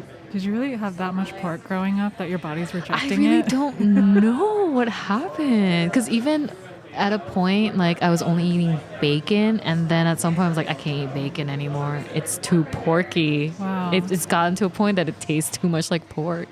Yeah. But someone did tell me this happened when, I think, late teens or early 20s. And I had to go to a travel study in Hawaii. And they were like, you have to at least try this dish, And I was like, Okay. Yeah. So I have a question. Oh, yeah. Does this apply to things like spam? Okay, so after bacon, it's spam. No. Now I'm like, really? like, I'll eat it, but I have to close my nose. Oh my god, that doesn't count. No, I know. Like, it's like I have to be unconscious to like it. Then you probably shouldn't be eating it if you're unconsciously ingesting. Like, I have to not taste it on my tongue. I just like the texture. The You have to get texture of spam. like liquid like spam into your veins instead of. Actually, oh god. No. Actually, this reminds me. I traveled to Japan like years ago, and because we went to a restaurant and none of us, I don't know, just. We were all tired and we're like, let's just order this. And I accidentally ordered katsu. Like pork katsu? Yeah. Oh. And I was like, and it tasted like pork too? Yes. Oh, wow. Yeah, It's interesting. But I had to eat it. But Huh. The horror. I know. That's like my favorite food in Japan. I know, Just like, pork katsu. I wish I Yeah. It's just the pork flavor no matter where I go. Or what kind of thing it is, I guess. Yeah, but I do hear it's different here in America how they're raised, but I just I don't know. I haven't. Yeah, I just don't force yourself. I think that the pigs are really happy that you are not eating them. So okay, we're not judging you. Yeah. So you pork do you. will be part of my final meal. Nice. But yeah, Don't bring pork to the funeral, to Stephanie's funeral. Don't do it. I guess you can bring it, everyone else, just not for me. Don't put it on my altar. Yeah. Or the curse will fall. Oh yeah. Yes, basically. Yeah, but I do.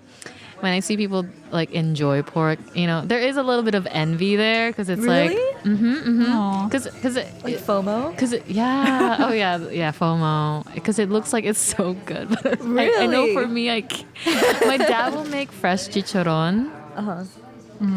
And I'll like eat it. I was like, no. I knew I wasn't gonna like it, but I wanted it. I have something similar. Okay, yeah. Like coffee for me is I'm so allergic to caffeine but I want to try every time. Like I want to try try whatever. Recently, I found out I can't even drink tea anymore. I was gonna ask. Either. Yeah. I used to be fine, but literally as of this past month, I can't do tea. I just went to the Wow. doctor to like ask about it. But yeah, it's something that I want to like because everyone loves it so much. It's like a religion, right? Coffee is the Kind of. religion of everyone who, in this modern age. Yeah. Yes. So Anyone who has a job and is trying yeah, to it's make like it through. if you say I don't drink coffee, you have to say a reason. Like there's That's no, Yeah. there is no like, yeah, like any card. I mean, what is it? Yeah, pass. It's like an equivalent of someone being like, I just don't breathe. Yeah, exactly. like- people get actually offended by it, and so it's just there's a couch. Yeah. My roommate and friend and I were actually just talking about how much we love coffee. And it's, for me, it's not even about like, I know some people are addicted. I mean, it is addicting. I mean, caffeine is literally an Yeah, addicting compound. And some people rely on it to get through the day. And I sometimes fall into that trap. But I genuinely love coffee. The smell. The smell is so good. taste, Yeah. the different varieties, and like some are more acidic than others. The ritual around grinding the beans. And yeah, so that there's that aspect of it. It's the FOMO. The FOMO. There's of the FOMO. The FOMO of food or something. You know, you gotta, or Angie, you gotta talk to my sister because she can't drink coffee or tea either. Like she can't do green tea. You know what kills me? Matcha. Yeah, Matcha. yeah, she can't really do it. Like pass out if I have matcha. Yeah. Wow. It's insane. Yeah, I'm guessing you don't really drink Thai tea either. Like I do drink Thai oh, you tea do, though you because I do. love Thai tea. But do you feel different? Like The thing is, with any kind of drink, I can't drink that much. Like I'll just have a few okay. sips. But yeah. yeah, it's a thing I keep trying and then hating myself. So Yeah, okay. I feel you. The human on thing. on the pork thing. That's just different. But also thinking about both of you in terms of like FOMO, it also is understandable because it is so embedded in like culture. Yeah, and the culture. experience. It's like you're yeah. like. This might be a jump in comparison. I used to feel like this when I wasn't watching certain reality TV shows. Oh, Because everyone is talking about Like Too Hot to Handle. Too Hot to Yeah. Handle, Love is Yeah. Blind, like all the things. They're so good. And I'm like, man, I'm missing out. I'm not part of I'm not a part of this culture. Yeah. So pork has its culture. Coffee definitely has its own culture. But Oh, that's a really good way to put it too. it's part of the It's an culture interesting thing. Yeah, because culture, community, Belonging. belonging. Yep.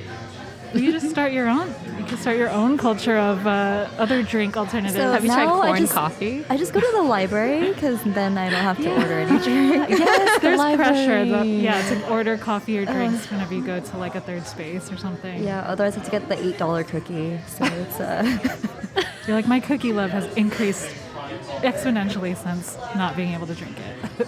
Oh my God, this is such a fun conversation. we had coffee. We went from funerals all the way to food FOMO. Oh yeah. This is the interconnectedness of life. Who cares?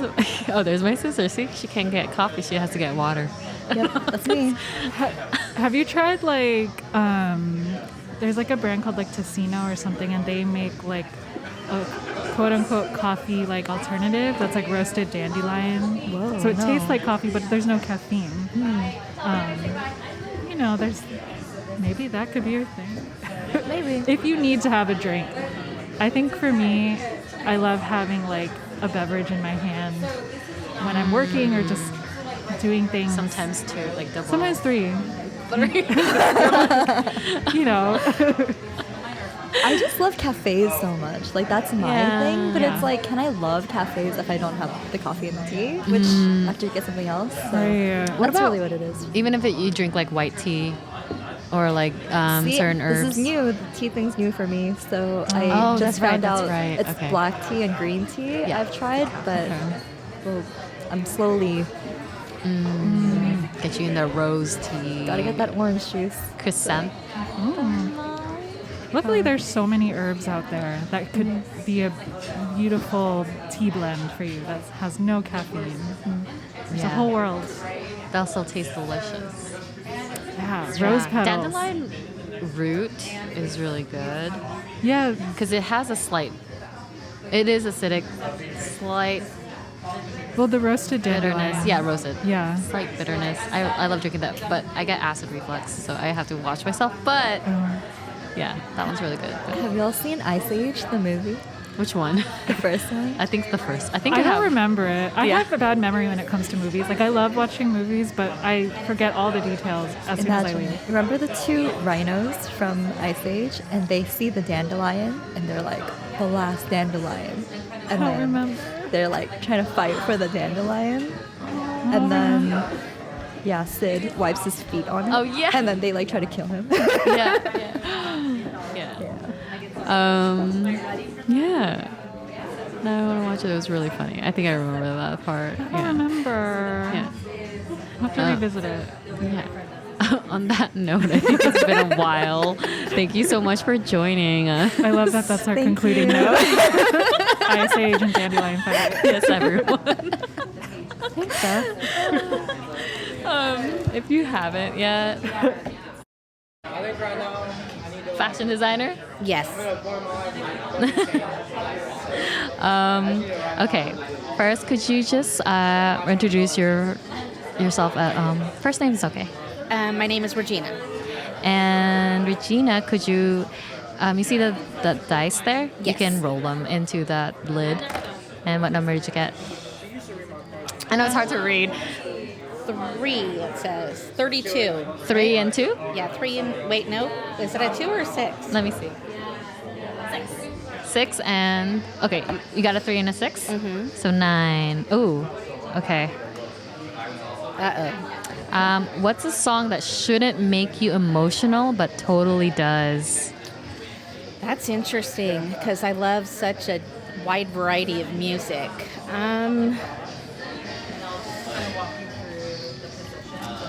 I don't know. I mean, it depends because different music can mean different things to certain people. Like, there are songs that remind me of my childhood and I cry. You know what I mean?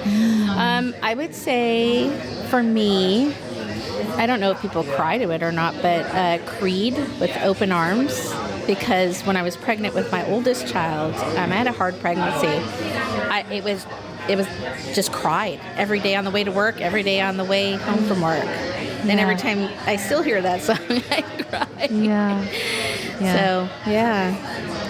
Was it because that's what you would hear usually on the radio? Or? Yeah, it was just one day we were driving with him in my belly, and it just came on, and I started thinking, wow, this could be me talking to him, you know, and what I want for him, and he sure did it. He moved from a little town to a big city. Yeah. Does he know this song? Yes, he does. Each of my children have their own different songs. Look at, I'm even going to start crying now. Okay, well, what are the songs for your other children? So my other one for my middle child is, goodness, I always forget the name, but she's a country singer. I'll come back to that one. But the little one is Tim McGraw, Humble and Kind. That's a great song. And then it's Martina McBride. It's, what is the name of this song? It's a song that she wrote to her child. Do you remember how, like, the melody goes, or, like, if you want to hum it, or if you want to sing? I won't want to hum, but I'll remember it in a second. My memory is not there anymore. No worries. Okay. But, yeah, each of my children have their own theme song. Oh, that's so cool. Like, they each remind me of something. So when I hear those, it's like, yeah. Bawling. Even my grandparents aren't with me now. Mm-hmm. They have song. Like, my grandpa says Engelbert Humperdinck, Spanish eyes. I don't know why I hear that, and I start just tearing up. Yeah. Sounds like you have a strong connection to music. Yes. Yeah. It's like, I feel that music for me, it depends where I'm at in life, like who I'm listening to. Like right now I'm really into gospel music because I'm going through a healing era right now in my life. And so gospel music just does it for me. Like, I could bawl.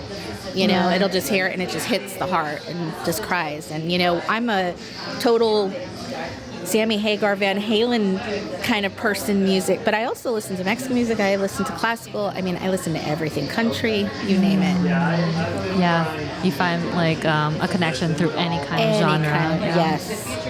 And music means so much. Like you may meet somebody off the street and a certain song will play and I'll remember that person. I don't know why, but it's just,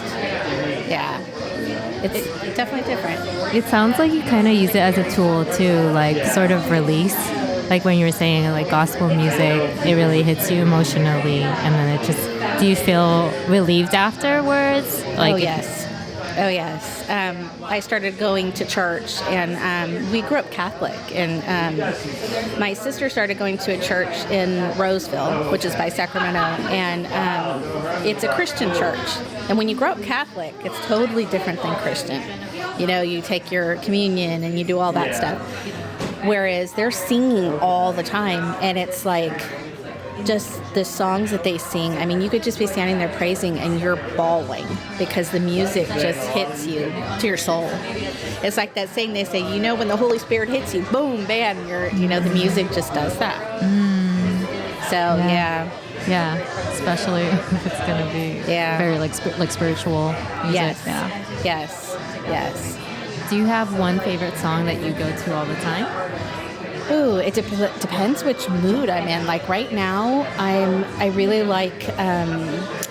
See, here I go with the names, not thinking of the names. I'm the same way. It's called Praise by. Oh my goodness. Not Spiritual Awakening, but I'll have to look it up. But I went to their concert. It was my first gospel concert, and it was an amazing experience. Like, amazing. But I like a lot of Christian rap, too. I don't know if you've ever listened to Christian rap. I've never heard that. Listen to Frank Forrest or Chucky Ellis. Chucky Ellis redid the, what's the song now? They're Not Like Us. What's his name? Kendrick Lamar. So he redid it in a gospel way. Wow. And talking about how he got up in the morning and he drank, and now he doesn't do that, and just it's neat. It's really neat. He's good, and Frank Forrest is really good. What is that song? It gets me every time I'm in church. What a Beautiful Name by Hillsong Worship. It's like you hear those words, and I don't know what it does. It Hillsong, is at the church? Yes, I've heard of that church. Yeah, it's amazing. And then the other one is I Speak Jesus. It's like those two songs in church, I'm bawling. Yeah. My little nephew's like handing me Kleenex, and he's like, "Are you okay, Auntie?" I'm like, "Yeah, I'm okay. Those are happy tears." You just have a lot to release. Yeah. Yes.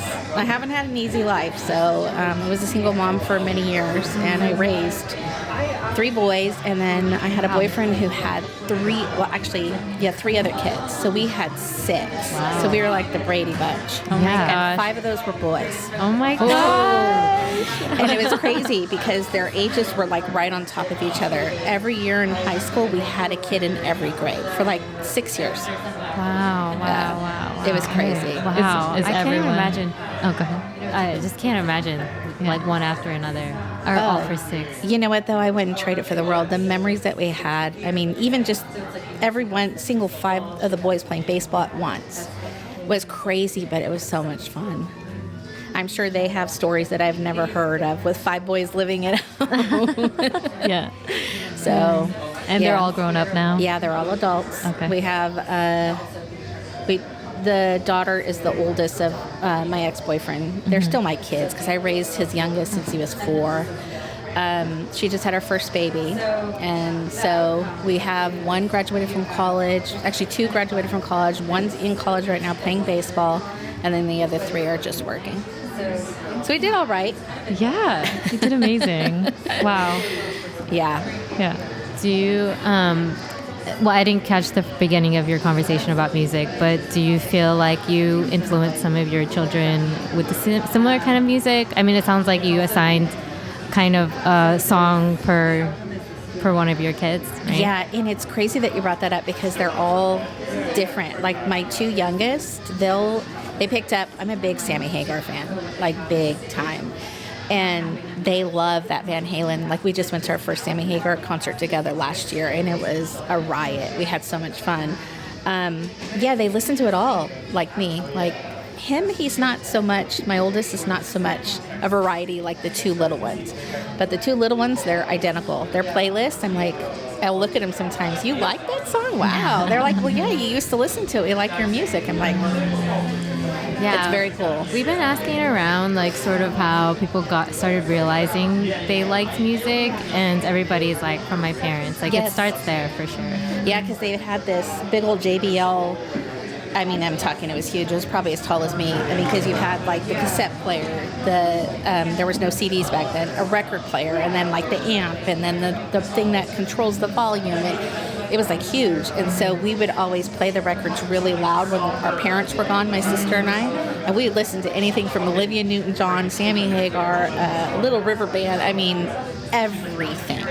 And then my grandmother had one of those, back in the 70s, they had these, I don't know, they're not dressers. It's more like, it was a living room kind of thing that was like a box, I'll say, and you lifted it up, and it was a record player. Mm-hmm. And then what were those things called? The 8-tracks. Remember the 8-tracks? Yes. Yeah. It would have an 8-track and a record player. Yeah. So she would have records too, and we would listen to them. It was like Linda Ronstadt, and there was, I don't never say her wrong name right, but Rosa Derkal, and then Engelbert Humperdinck. Wow. So yeah, I have tons of variety.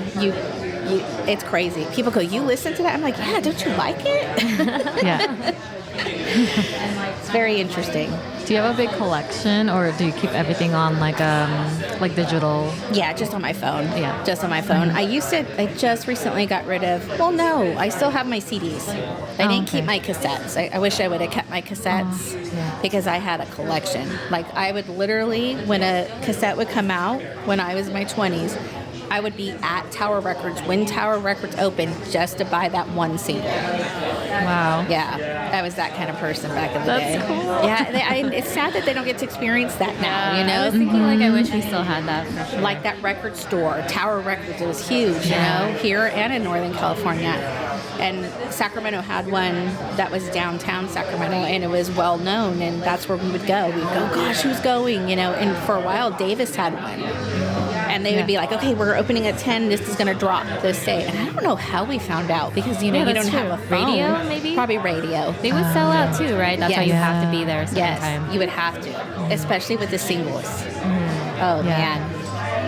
Were you part of any fan clubs? Just curious. Yeah, I was a big time Sammy Hagar. Okay. They would call us upfront fanatics. So when I was married to their dad, we would, I'd be the first to buy tickets. And we were always up front in, like, we'll say the first, second row.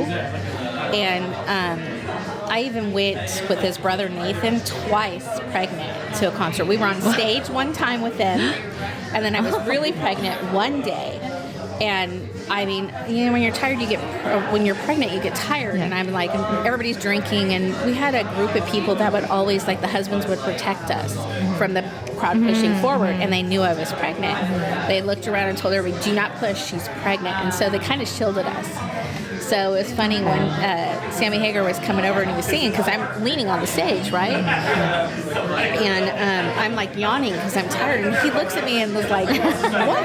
And I'm like, and I touch my belly. I'm like, I'm pregnant. Yeah. But yeah. It's definitely a different experience, pregnant, going to a concert when everybody is drunk around you and you're the only one who's, you know. Yeah, I can imagine. Yeah. Did that child end up really liking music? Oh, yes. He's my most one who likes Sammy Hagar. It's crazy. That's funny. Like, he collects albums. That's actually why I came in here, because I was going to see if they had any I could take home for him. Did you go to that room yet? In No, the basement? No. Oh, okay. They have a basement. There's a basement. Yeah. I'm headed there next. Okay. Yeah. In this room, it was a lot of stuff I'd never heard of, like black metal. I know what metal is, but there was black metal. I wasn't sure what that was. But that was the only one I remember. There was other things like satanic stuff, but yeah, that was I'm like not into that satanic exactly. Stuff. I know it's part of Metallica, but that's it. Yeah. Yeah. That I don't do. Yeah. This is my last question. Okay. Is there a song you hope people remember you by? You know, I think that they'll remember me by, especially my kids. There's a song by Sammy Hagar. It's called Eagles Fly. And I think that, and honestly, I think any Sammy Hagar song that they'll know, they'll say, oh my gosh, remember Mom used to play that really loud and dance around, and, you know, but I think Eagles Fly would be the one. Yeah. Thank you so much for joining us, You're Regina. welcome. You're welcome. Wow. Thank you. latte art. When did you start learning that? So I started about maybe 6 months ago. Okay. My friend was sending me pictures of her latte art, and she was like, "Yo, you should try it." I was like, "Okay, I'm down. Let me get a fucking espresso machine on Amazon." So I bought That 100. easy? Just for latte art. Yeah. Well, plus I wanted an espresso machine anyways. Yeah. And so I got it for like $100.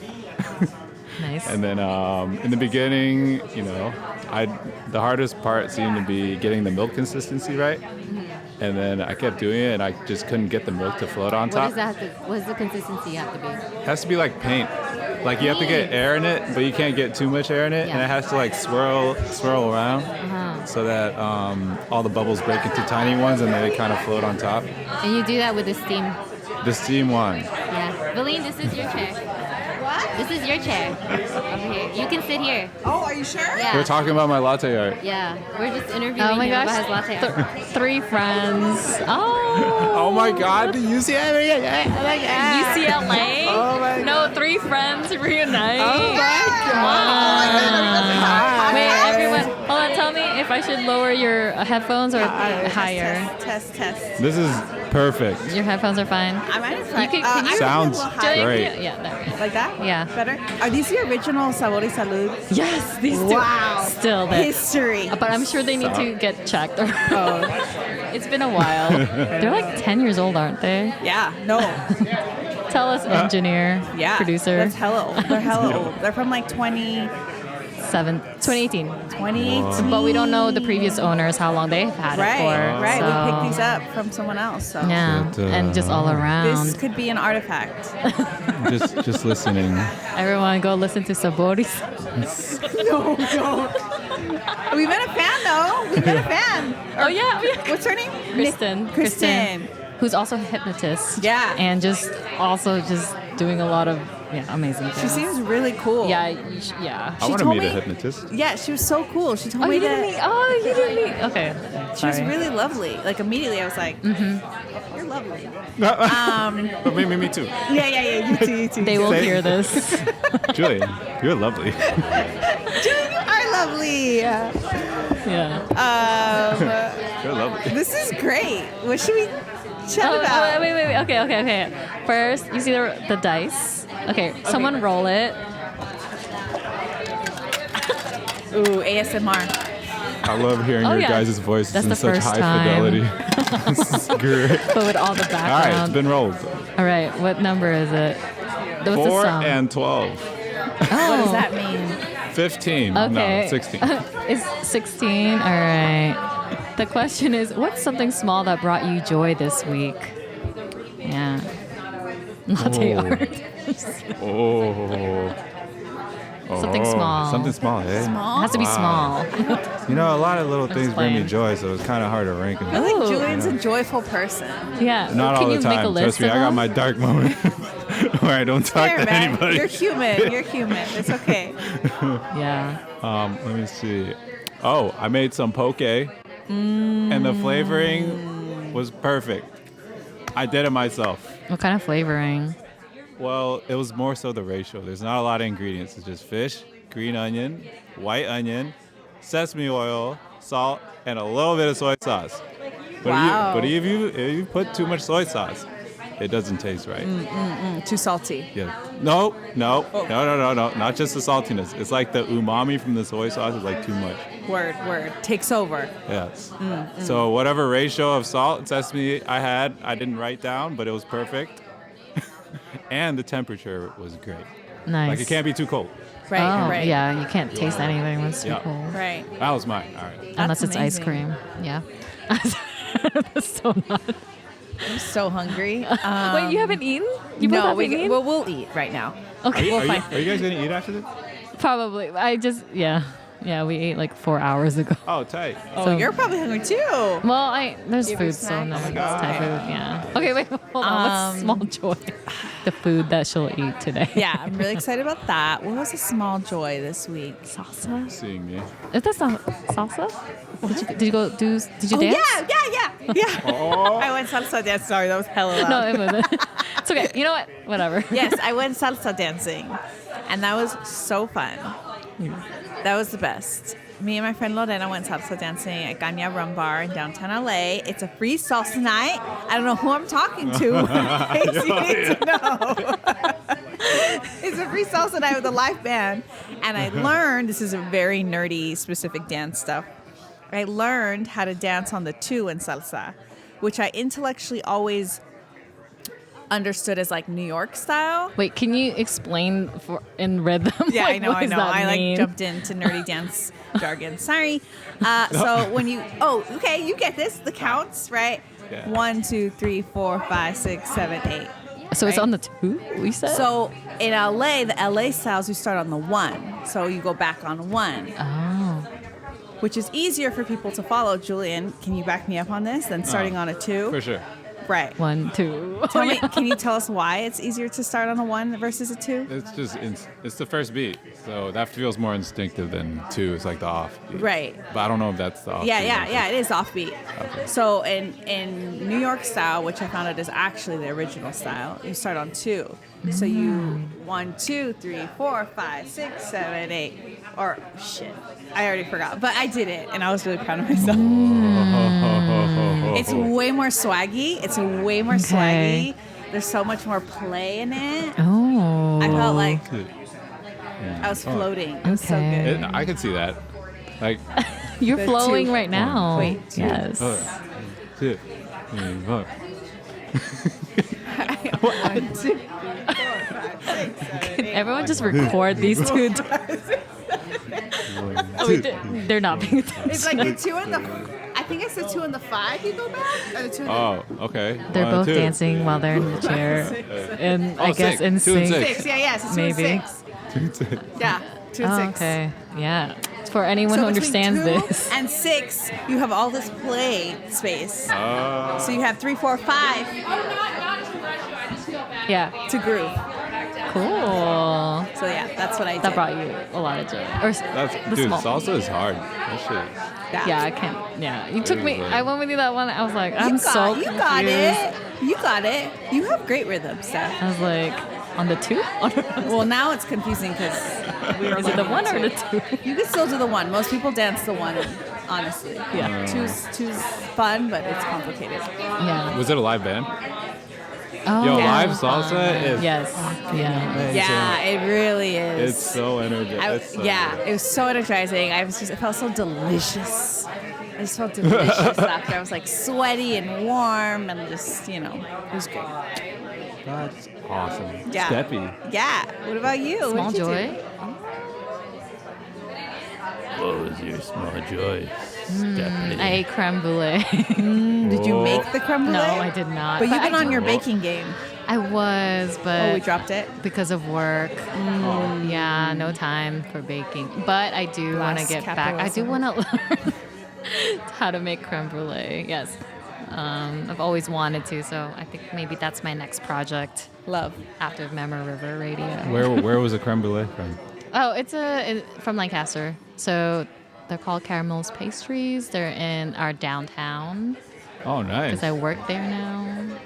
Because you're a government, or we're not allowed to talk about that. Oh, I don't know. Am I? Who Are you on an knows? NDA or something? I don't think so. What am I talking about, though?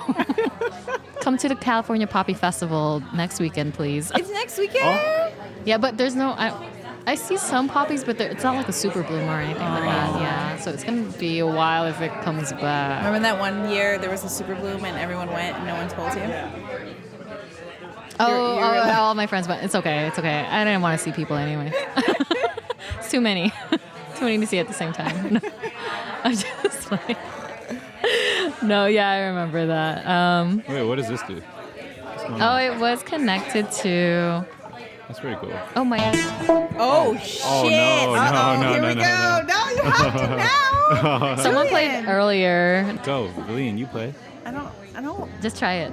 Oh, it's upside. Oh, yeah.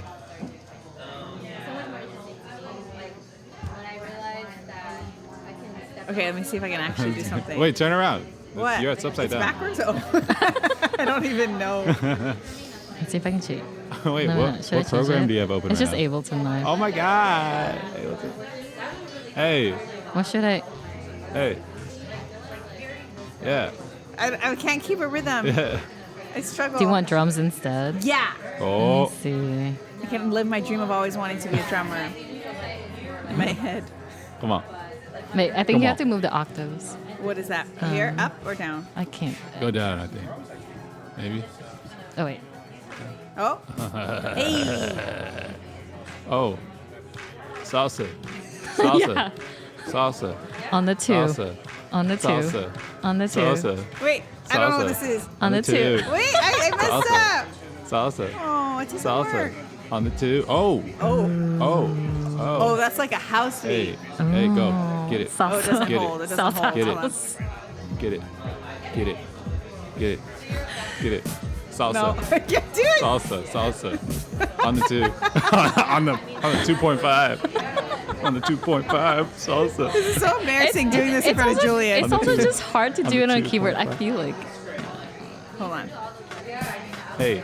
Well, Let me see if I can find that's a something nice else. sounding stick. Did you find that stick yourself? No. It's all in the. It's a good sounding stick. It's all from the kit that. Hey. It's giving me. What's a dance hall beat? This two's giving me Oh, dance hall. what counts as? Yeah, what tell me. What counts as dance hall? I don't know. Actually. Like. Is that something I can find here? Let me see. Wait. What is this? Whoa, we're in a different area. Yeah. Oh. This is giving 80s. Okay, while Valine's playing, Yeah. Julian, you're gonna answer this question. Yeah. Answer. Okay. Answer. Salsa on the 2. Answer. Waiting. Question. If someone found your music journal from your past, what would it reveal about you? My music journal? Yeah.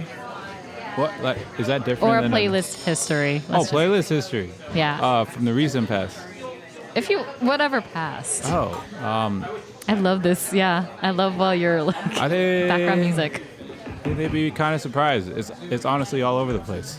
Like a little bit of everything. So what I'm would, not even exaggerating. Like, what would it sounds reveal good. about you? That you're all over the place? Yeah, or- I think so. Oh, okay. I think it's actually quite reflective of how I like to go about music and just learning new things. Wow. I think that's What my a main gem. thing. Yeah. Lovely. What about you, thank you. Veline? While Thank you're you, thank playing, you. answer this question. Okay, tell me. I'll multitask. The same thing. Playlist history. What would it reveal about you? That I'm a groovy girl. That I like to groove. Okay, no. I think yes, it would unveil that. It would unveil that I like to dance. On the 2. And that I have a lot of feelings. Oh. That I'm a sensitive feeling girl. Yeah. I got big feelings and big moves. Yes. Oh. I just added a delay. Oh, nice. I like that. Wait. Did we actually ever have a class together outside of We went Mexico? to Mexico together. That didn't count as a class. Yeah, I did think we took an ethnomusicology class together. Oh, did we? But I don't think you ever went. This is so funny. Oh my goodness. We all went to college together for whoever wants to know that. Yeah, that's why I sound a little different. What? Oh no. I mean, I sound a little different now. Why do you sound different? No, I mean, because I'm talking to my college friends, my friends from college. I mean. Before you were more yeah. profesh. No, I wasn't even. I was just. Wait, let me see profesh. Yeah. Oh, I Go don't on. know what. That's just go. a nicer person. Were you Oh, that more nicer? I'm just nicer. The second you see me, you just start acting mean? Is that Yeah, exactly. I can be my true self. Yeah, Just damn. Oh, Ooh. shit. On the 2. Salsa on the 2. Yes. Lovely. On the 2. On the 2. That's on the not 2. good On the anymore. 2. On the 2. Lovely on the 2. Starts cutting me off. You're done. I'm just. Should we tell the story of? What do you want to tell the story of? We can tell multiple stories. Oh, is that what? We're here to tell Anything. A radio river. Floating audio zine and pop-up recording space. Share your stories during poem. Oh yeah, no. Should we tell the story Do you of wanna- how? Yeah. Oh, what? Yeah. Go ahead. Well, It was either that or I was gonna have you roll the dice, but. Oh, I'll roll the dice. No, but I was curious what you were gonna say. The story of how Julian thought you were a different Stephanie. Again? Yo, wait, We can don't have it stop? recorded. Can we It's just a new stop? day. Julian's There's a new dawn. Again? Okay, fine. We won't tell that story. There's a new dawn. Hey, synopsis? it was destiny though, because now we're friends to this day. Exactly. Oh no, we already did 4. Can add it up. 5 and 1. 6. Sure. Dang. Roll again, because that was the question I asked earlier. Okay. It's not rigged. 6 and 4 again? 10? Okay. Oh, okay. Oh no, you got 16. That was what it was. Okay. Do you remember the first album you fell in love with? And what did it teach you about yourself? There we go. 100% Genuine by Genuine from like Oh, nice. 1996. It was the first album I ever bought, and I was Nice. obsessed with. I was way too young. I was 6 years old. 6. I don't know who let me buy that album, but it taught me a lot about sex. To be honest. What, at 6 years old? Yeah. And you The just whole understood what, album's about sex. That's the album that has Pony on it. and you understood what they were saying. No, I didn't understand, Oh. but I knew. Yeah. I knew it was sexy. That's amazing. Oh my gosh, Wait, a that's 6-year-old. amazing. Yo, Yeah. 6-year-old listening to Genuine. Whoa. Unsupervised. Amazing. And they allowed you. I don't think. I was saying it's a 5, so I think something's got lost along the way. Amazing. Whoa. Okay. That's so good. Your turn, Julian. Yeah. No, mine's not as good. I feel like this is just like a drinking game. Okay. And Next. What is it, like Barney? It's okay. It's okay. Don't be ashamed. Oh, okay. My first CD, right? Or what was it? First album. First album you fell in love with. Oh, film. Oh shit! I don't. Okay. You wanted to kiss this album. You kiss the album. Oh, probably Miles Davis. Blue. What was it? Oh. Birth of the Blue or something. Birth of the Blue. Yeah. Yeah. One of them. Beautiful. But also because it was like one of the only CDs I had. But I mean, it was great. Yeah. I mean, Yeah. It, Yeah. I'm sure guided your path. low key. Yeah. Low key. Low key. Maybe yeah. high Low key. key. Just very low key. High key. High key. Right? Yeah. I think so, baby. Your Yeah. turn. I think y'all know. Do we? Miss Education, Oh, Lauren yeah, Hill. love. I was 9 turning 10. I guess 9 years old still. Yeah. Mhm. I was still in the Bay Area and just would hear Lauren Hill's songs. And I was like, oh my gosh, I love whatever she's saying. Queen. Yeah. I don't think I was exposed to that album until college. Really? Wait, really? And I loved it. I mean, it was amazing. Yeah. That's wild because your sound is so well. I feel like you got the neo soul sound like in you. There's like other ones I listened to, but in terms of Lauryn Hill specifically, yeah, I didn't. Someone gave me that album in college, and I was like, Did it oh blow my your god, mind? this is so good. Yeah. Oh, are we breaking down? Oh, shoot, it's 5:10. Okay. Oh, is it done? Well, we parked in the library lot, so we had to move our car. Oh. Julian, don't you have a meeting? Oh shit. Oops. It's okay. Anyway, It's a real live podcast. does David wanna? Do You wanna hop take in? over? Hop in, dude. You can hop in for me if you want. I kind of want to get a tarot reading. David. Yeah. Oh, you want Julian? Okay, you can take Julian's. Are you gonna get tarot reading? Are you gonna get a tarot reading? I'm gonna take a look downstairs. Okay. Oh yeah, go. Oh, I think I'm a little scared. That's fair. Oh, It's fair. okay. It's Oh, yeah. Okay. Actually, I met someone too who said that they were a little afraid of tarots. Yeah, tarot. can be Oh, my sister. Oh. Oh yeah, it wasn't you. Okay. Not me, no. Because I'll read it for her, but she won't have someone read it for her because she knows I'm a beginner and an expert probably. It'd be scary. Anyway, hi. Hello. Hi, David. Welcome. Friends. Would you like to roll the dice? Roll the dice. Oh, what? So, and, do I want to know what the numbers end up meaning, or should I just roll it? It's just I have a list of questions and okay. it'll Know that. No, I'm gonna tell your Play music for us. 6 and 1, 7. Sorry, it's 6 and 7. No, 6 and 1. 6 and 1. This is what I feel like the weight of this. Can you roll it again? Off. Yeah. Wow, just getting in the It way keeps of my rolling 6. divination. No, that's a 9. Oh. 9 and 5. 9 and 5, 14. Okay, something new. What does a What does a regular day look like for you lately? Oh, brother. I have like a cortisol wake up at like somewhere between 3:30 and like 4:30 a.m. And then I kind of roll around in bed. Oh, there's a soundboard? Wow. Is there like a wah wah? No. I would have to look for that. And then I kind of roll around until like 7 a.m. kind of doom scrolling on my phone, which is all bad. And then, wow. And then I walk our dog.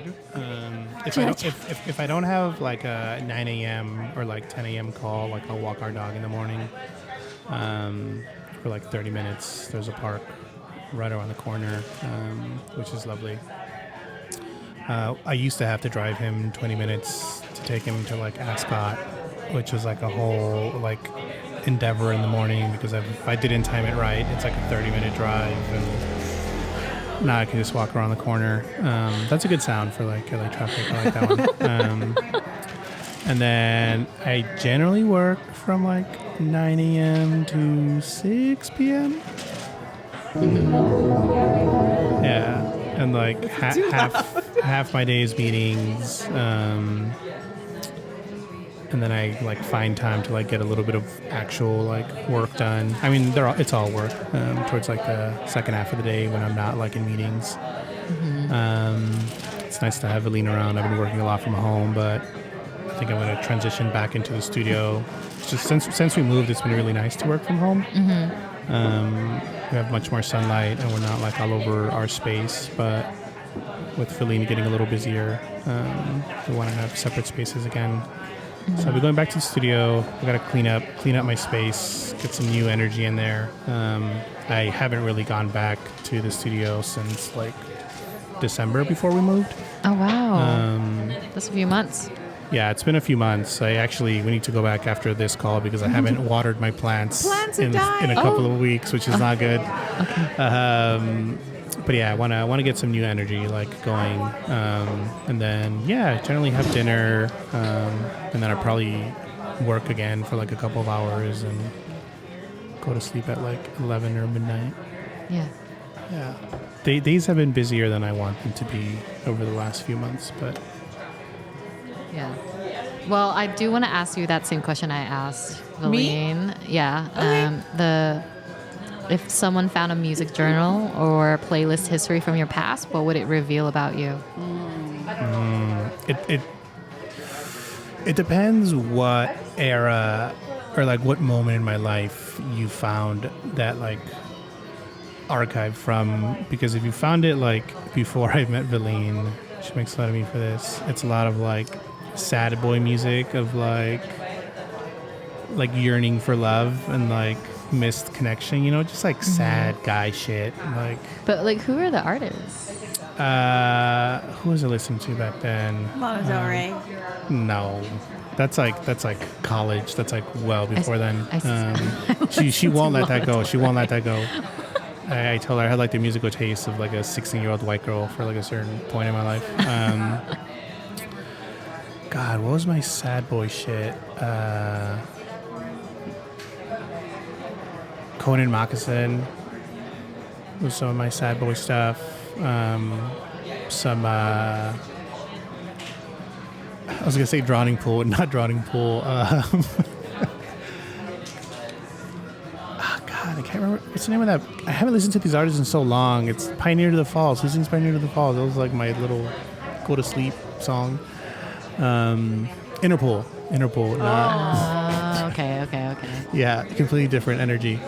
And then lately, it's been a lot of like nostalgic music. I've been listening to a lot of like Juan Gabriel, a lot of El Chicano. I think it's been a lot of music that I think kind of calms me a little bit because like work's been so stressful. And if you found that archive from like when I was 25, it'd be an obnoxious amount of like Kanye and like aggro rap probably. So yeah, the musicology is all over the place. Yeah. Today was a lot of helado negro, which was lovely for while we like clean the house a little bit. But yeah, it's a reflection of like my different like moments in life, I guess. Yeah, it shows that there's like you just evolve. Your tastes evolve too. Yeah, tastes evolve. Or you pay attention to. Yeah, so I'm coming up on 10 years of being in LA, and which it's kind of been in the back of my mind for like the last like couple of months, and I still remember the first song I heard when I got to LA. Oh no, the dice. It's gone. It's okay. We'll grab it later. What were you saying? Yeah, I like as I was like pulling into like the city, the song that was like playing in the background was by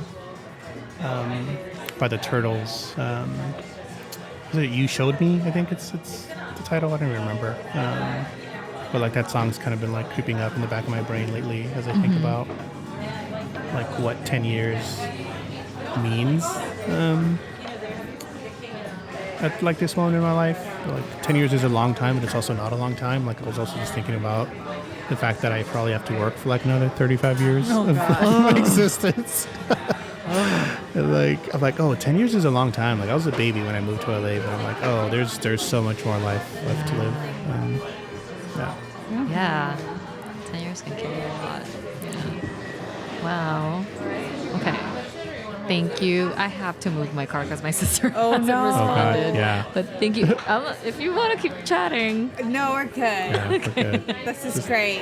That was beautiful. Yeah. This is as deep as we can go before we start. Yeah. Crying? Crying. Yeah. We're signing off on Memoriver Radio. Live. At Heavy Manners Record Fair here in Echo Park. Okay, that's it. Thank you for listening. The next Memoriver Radio is coming in June, and it will be at the School for the Ecoscenes Confluence from June 21st to June 22nd. It'll be a collaboration. One last thank you to Heavy Manners Library. Thank you so much to my guest co-host, who is the creative director of Third Door, Jill. And also, thank you to everyone who stopped by our table, chatted with us. To learn more about Memoriver Radio, you can go to memoriver.net, and that's my cat meowing. memoriver.net to find out more information about this community-centered, floating audio zine. It's really a lot of different things, but yeah. Okay, bye.